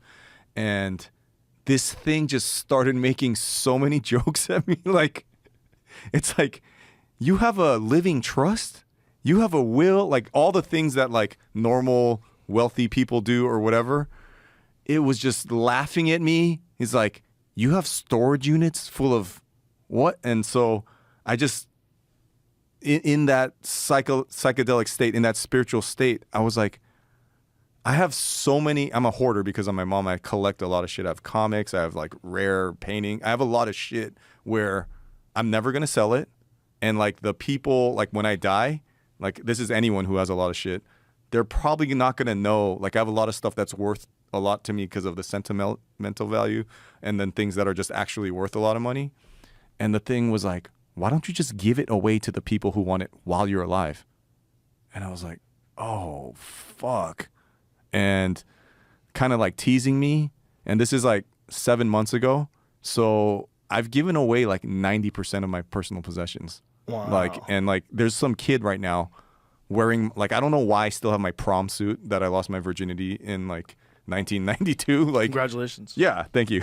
So he has that. But in my mind, my ego goes, when I die and there's a Dave Choe museum, maybe there'll be like a thing of like all my crazy clothes I wore. And I'm like, I'm going to give this to someone. Can you imagine someone going to a museum of your life? Well, like Hard Rock Cafe, right? There's Prince's guitar. Right, okay, and but like, that's like everybody. Right. That's like every band, you know? Yeah. Freddie Mercury's mustache comb. Right. You know, but imagine your own. Like, oh. And so like I had like a very transformative, I'm not going to do a good job if I'm trying to explain to you what happened, but I know that most people will never do like that level psychedelic. But I know like a lot of shamans, they don't even do ayahuasca or whatever because they're so in touch with the nature and stuff. Mm-hmm. So I'm going to save a lot of people money right now. In all my fucked upness, in all the rehabs, this is a common thing at like a super expensive rehab is, there's a thing called TRE, trauma release exercise. And I did this in Arizona with this guy, Taruno. And from what he tells me, humans and domesticated dogs are the only animals on the planet that after they experience any kind of trauma, carry it in their body for the rest of their lives. Whoa. So you have a cheetah chasing like a gazelle and like getting this close, like scratching its butt, like Like if that was a human, you're like, bro, I almost got killed by a Yeah. But then you see the gazelle like a minute later go sip some water in a lake, and the butt's doing a little, like it's shaking that insanity out. Like, oh, and then it's like it never happened again. But if we're, whatever, this is what's taught to me, and to me, in my situation, it was true. If you've had like any kind of trauma, you just carry that. It creates stress, anxiety, addiction, all these things.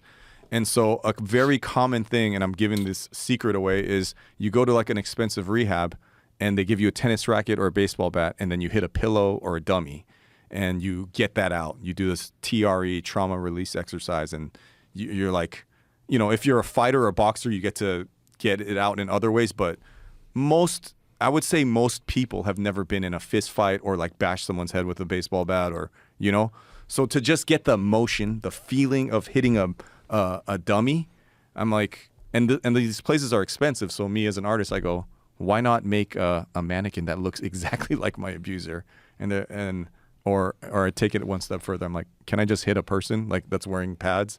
And they're like, Dave, this is like a business. Like there's lawsuits and liabilities. And I go, oh, well, you could do that or you can't do that because you're a professional, but I'm an artist, so I have artistic license. So a few years ago, this is before you left LA, you know, this was the worst business decision for me because it cost millions of dollars. And this is what a normal art show is now like, right? Like a line waiting, Banksy, whoever, Damien Hirst, and then everyone comes in, takes a selfie. They don't give a shit about the art, and then they just post like, I was there, right? Right. And so that same side to me Does that irritate you? Well, there's a part of me that's like, well, I want to get more likes and more whatever. But so in a way, it ended up being the best business decision I've ever made, because I had a show in an office building where I rented out this entire office building. In each room, I'm trying to basically steal everything that I learned in all these rehabs and recontextualize it in like in an artistic way. Like most people have never screamed their lungs out, right? And there's movies where you go scream at the ocean. I had one where you walk in a room. This is just like, I'll give you like two of them. You walk in a room and there's a punk band where the lead singer just OD'd as soon as you walk in. And then they grab you and they go, you need to finish the song. And the song is like written out on the wall. I spray painted the lyrics. It's like, I'm the best, I'm the best, I'm the motherfucking best. And they make you keep screaming it, and then you get to be the lead singer of this, and that's just one room, right?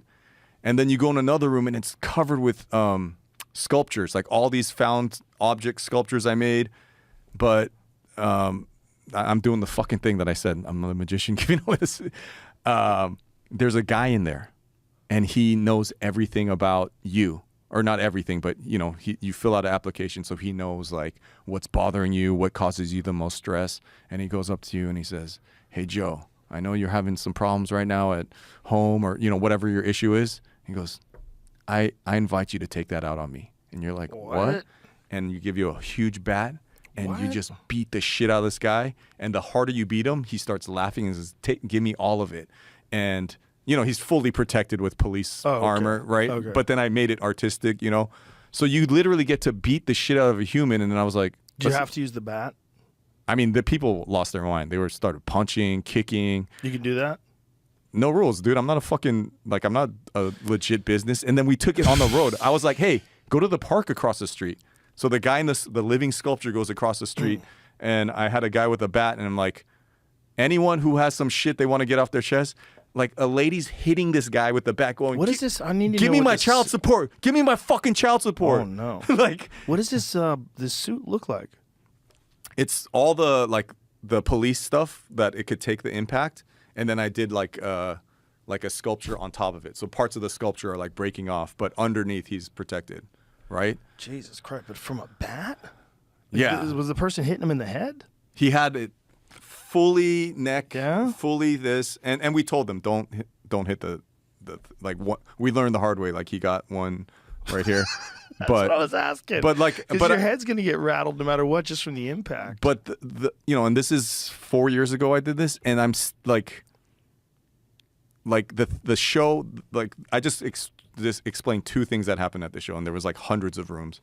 So this thing cost me millions of dollars. And it was so impactful for me. Forget like, you know, like the difference between like, oh, I have 1 million people that went through my show and took a selfie to like, I got to connect with people. I got to share.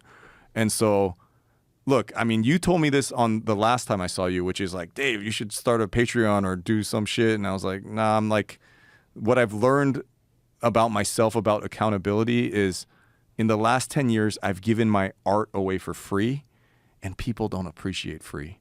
There has to be some skin in the game, right? Yeah, I think there's like when I something give to away that. like $1,000 prints for free, they go immediately like, it must not be good, right? But the second I charge money, they're like, oh, so like you tell me where I should go with this because I just started a YouTube channel like very recently because I'm like What are you doing on it? I'm doing like wacky shit, dude. I'm just like talking to my inner child. I'm just like On YouTube? yeah. But you know your inner child's not on YouTube. I know. so- It's like I'm doing like I'll do a guided meditation on like Oh, that's cool. and then I'm like, but that didn't speak to me. I want to do a guided meditation as Wolverine, as Batman, and then I'll put that shit up on. So Just whatever you feel like doing. just whatever I feel like. And then because through just all the experiments I've done, like that experience, the Choe show in the building was free. I made my TV show. I have, if you go to the Choe show now, I have a paid thing now of people. It's like, I don't even know if I really want to do it, but I want some accountability from people, right? Like when things are free, everything's like, whatever. But when you have some skin in the game, at least that's how I operate. That's you always know? been the case with comedy clubs. Like whenever Right. they give away the tickets for free, it's Right. always a disaster. It's Right. never good. Like you want people to be there because it's worth something to them. Right. It's an exchange. So this is the first thing was the Choe show where the like it wasn't it was like I could only get like 100 people through a day because it's such a intense experience for each person, and that was fulfilling for me. But if I'm trying to meet people where they're at in the third space and that's online, it's like how can I teach people everything that I've learned? Because it's such a weird thing. It's such a weird feeling for me to go to a place that costs $100,000 a month, and I'm like, what did I really learn there? They just taught me how to feel again. They redid my operating system, and I'm like, this, and then like with my kids now and any kid now, you go to school to learn 2 + 2 or all the shit that the AI is gonna do anyways, and they don't teach you like how to like get in touch with your emotions or like express yourself in like all those like very simple things. So we kind of grow up robots, like these like unfeeling robots, like college, get married, Well, have we a kid. grow up in you a know. way that facilitates us getting a good job. So like my life right now, like everything I just told you about is just is dad life. I'm chilling. Like I spend a lot of time with my kids. I'm chilling. But now I like had a taste of acting. I'm like, I have like the YouTube thing. So I want to make sure. You acted, and you wound up in a fucking mental institution. I checked myself in. I checked myself in. You wound up in a mental institution. Yeah. I didn't say someone dragged you there, Right. but you would want to go back to doing that. If it was That seems to me. Batman, Wolverine, White Chicks 2, Heat 2.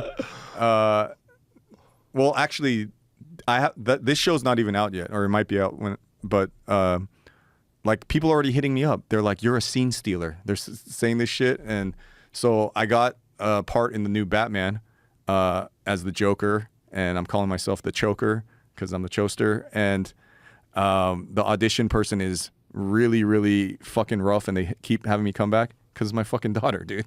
I'm like sitting there going, all day I play Batman, all day I play Wolverine, all day I do this shit, and it's fun.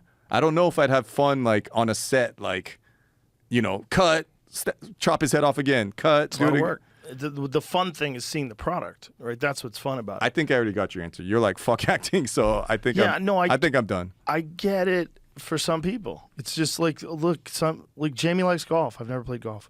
You know what I'm saying? It's like that kind of thing. There's a lot of great things out there. You just can't do more than you're already doing if you're full. And I'm full of stuff to do. I don't have any more stuff to do. I have no room for other stuff. I'm not interested. I like watching other stuff. Doesn't mean I don't like it. Just I'm not doing it. I don't have the time. I guess I'm not. I guess I'm pretty full. Like my kids and like that life is, but there's still part of me that feels I learned some shit. Yeah. And I feel like I want to maybe share those things. Like I would love to never podcast again. I love talking to you, but like there's a part of me that feels even hoarderish when I learn something that can help someone and I keep it to myself. Like I've learned a lot of shit. I mean, when a kid asked me today, like how do I make it in the art business? I'm like, that I don't know, because anything I made it as an illustrator, as a graffiti art, like none of that stuff's relevant anymore. But the stuff that has to do with fun, feeling again, like, I mean, dude, sorry if I told this story again, but there's an art barn at most rehabs because most of these guys are like strung up, they like are CEOs, whatever. So the one that I went to was like $100,000 a month. So there's a lot of multimillionaires, billionaires there, and there's an art barn. And I'm like, fuck yeah, that's where I'm gonna escape, and like, you know, and they're like, not for you. I'm like, what? I can't go in there? And they're like, no, that's where you like, you know, that's how you get high. So you're gonna go do something else. And I'm like, fuck. But I would always sneak in and try to like whatever. So there's a dude in there, and I'm not gonna say who he is, but he's like probably one of the most powerful people on the planet. He could buy like 1,000 or 1 billion of these rehabs and like just and so the assignment is to like draw like your favorite like food, like you know, something from your childhood using these acrylic paints. But on the next level is the glitter paints, right? And I see this guy holding his hand, and I go by the art barn. I'm like looking in the window, like jealous. I want to be in there. And I go, one of the most richest, powerful men in the planet is asking permission right now if he can use the glitter paint. And I'm like, and I go, that's it. Because my kids don't ask for permission, right? My kid will go into my closet and put on every single piece of clothes and come back. And I'm like, I'm going to do that. When's the last time I did that? 8, 7 years old? And I go and I put on like all my underwear, like, and I just, we have, and then I roll down the stairs and I go, permission granted. Like people really don't, they forgot how to have fun. They forgot how to like be goofy. But if you're like some CEO guy, maybe he wants that. He wants to ask permission for things. Seem like the same way some of those guys want to get kicked in the balls by a dominatrix. Right. Like some of those guys, they like, it's like you were saying, you got so much pussy, you almost wanted to suck a dick. Like some of those guys have so much power, they want someone to yell at them and humiliate them. They've become tyrants. They've become kings. Mm-hmm. They become a master of their domain, and it feels imbalanced to them probably. And that's probably why they seek out getting humiliated. But you walk this, so like, you know, Elon Musk. I mean, you walk, like, I feel like we're similar in that way. Like, I can go work out at the worst 24-hour fitness and then also be in rooms with those people. The rich and the poor are not that different mentally, I find. Your mentality changes with the lack of fear of not having any money. Yeah. You know, and some people it doesn't. Some people they always think about how they used to be poor, and they can never get over the anxiety of the possibility of going back to being poor. So they just go on like a mad dash to having a fucking heart attack. And, right. You know, and other people settle in. That was me. Like, you seem settled in now, though. And I think I'm pretty settled in too. I'm settled in. I think I have. I got to wrap this up, my brother. It's, yeah. No worries. Almost 5 p.m. So acting done. Yeah, and I'm then, not interested. And then YouTube channel, thumbs up or thumbs down? Yeah, I like it. Yeah, I want you to do whatever you want to do. And if that's what you want to do, yeah, definitely thumbs up. It'll be fun. I'm sure it'll be chaos. And then podcast. And also, like, it'll grow and evolve, too. Like, if you do a YouTube channel, you're a very analytical guy. You'll look at it and decide, oh, now I want to try this. Now I'll try that. And then you have this platform now, and you're developing the platform completely independently from other people's ideas. You can do whatever the fuck you want. I just don't want to get devoured by work, right? You don't have to. So YouTube channel and then podcast, The Choe Show. Stay the fuck away from acting. And no more acting.